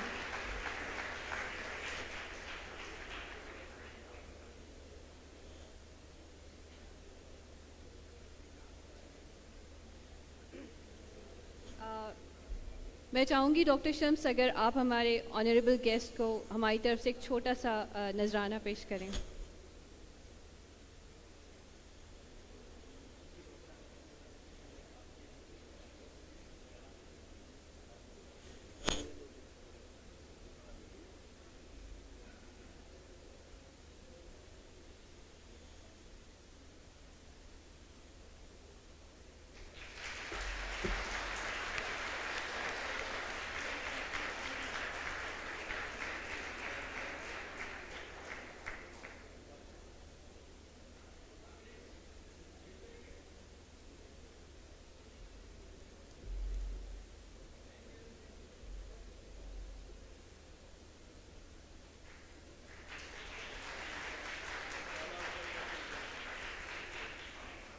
Doctor Imtiaz Arif, please.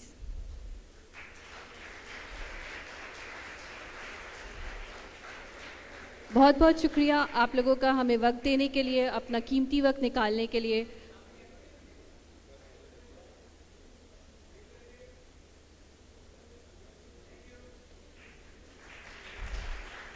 And thank you very much for all of you. You have come here and participate with us in this conference celebrating World's Futures Day. So आप लोग अब हम लोग सब एक ब्रेक की तरफ जाना चाहेंगे। आप लोगों में से वो लोग जो फ्यूचर लिटरेसी लैब के लिए सिलेक्टेड हैं वो हमारे साथ वापस आएंगे। बाकी आप लोगों का बहुत बहुत शुक्रिया हमारे साथ यहाँ रहने के लिए, हमारे स्पीकर्स को सुनने के लिए, और अपने सवालात से हम लोगों को आगाह करने के लिए। बहुत बहुत शुक्रिया आप लोगों का। डोर्स की तरफ आप लोग जा सकते हैं।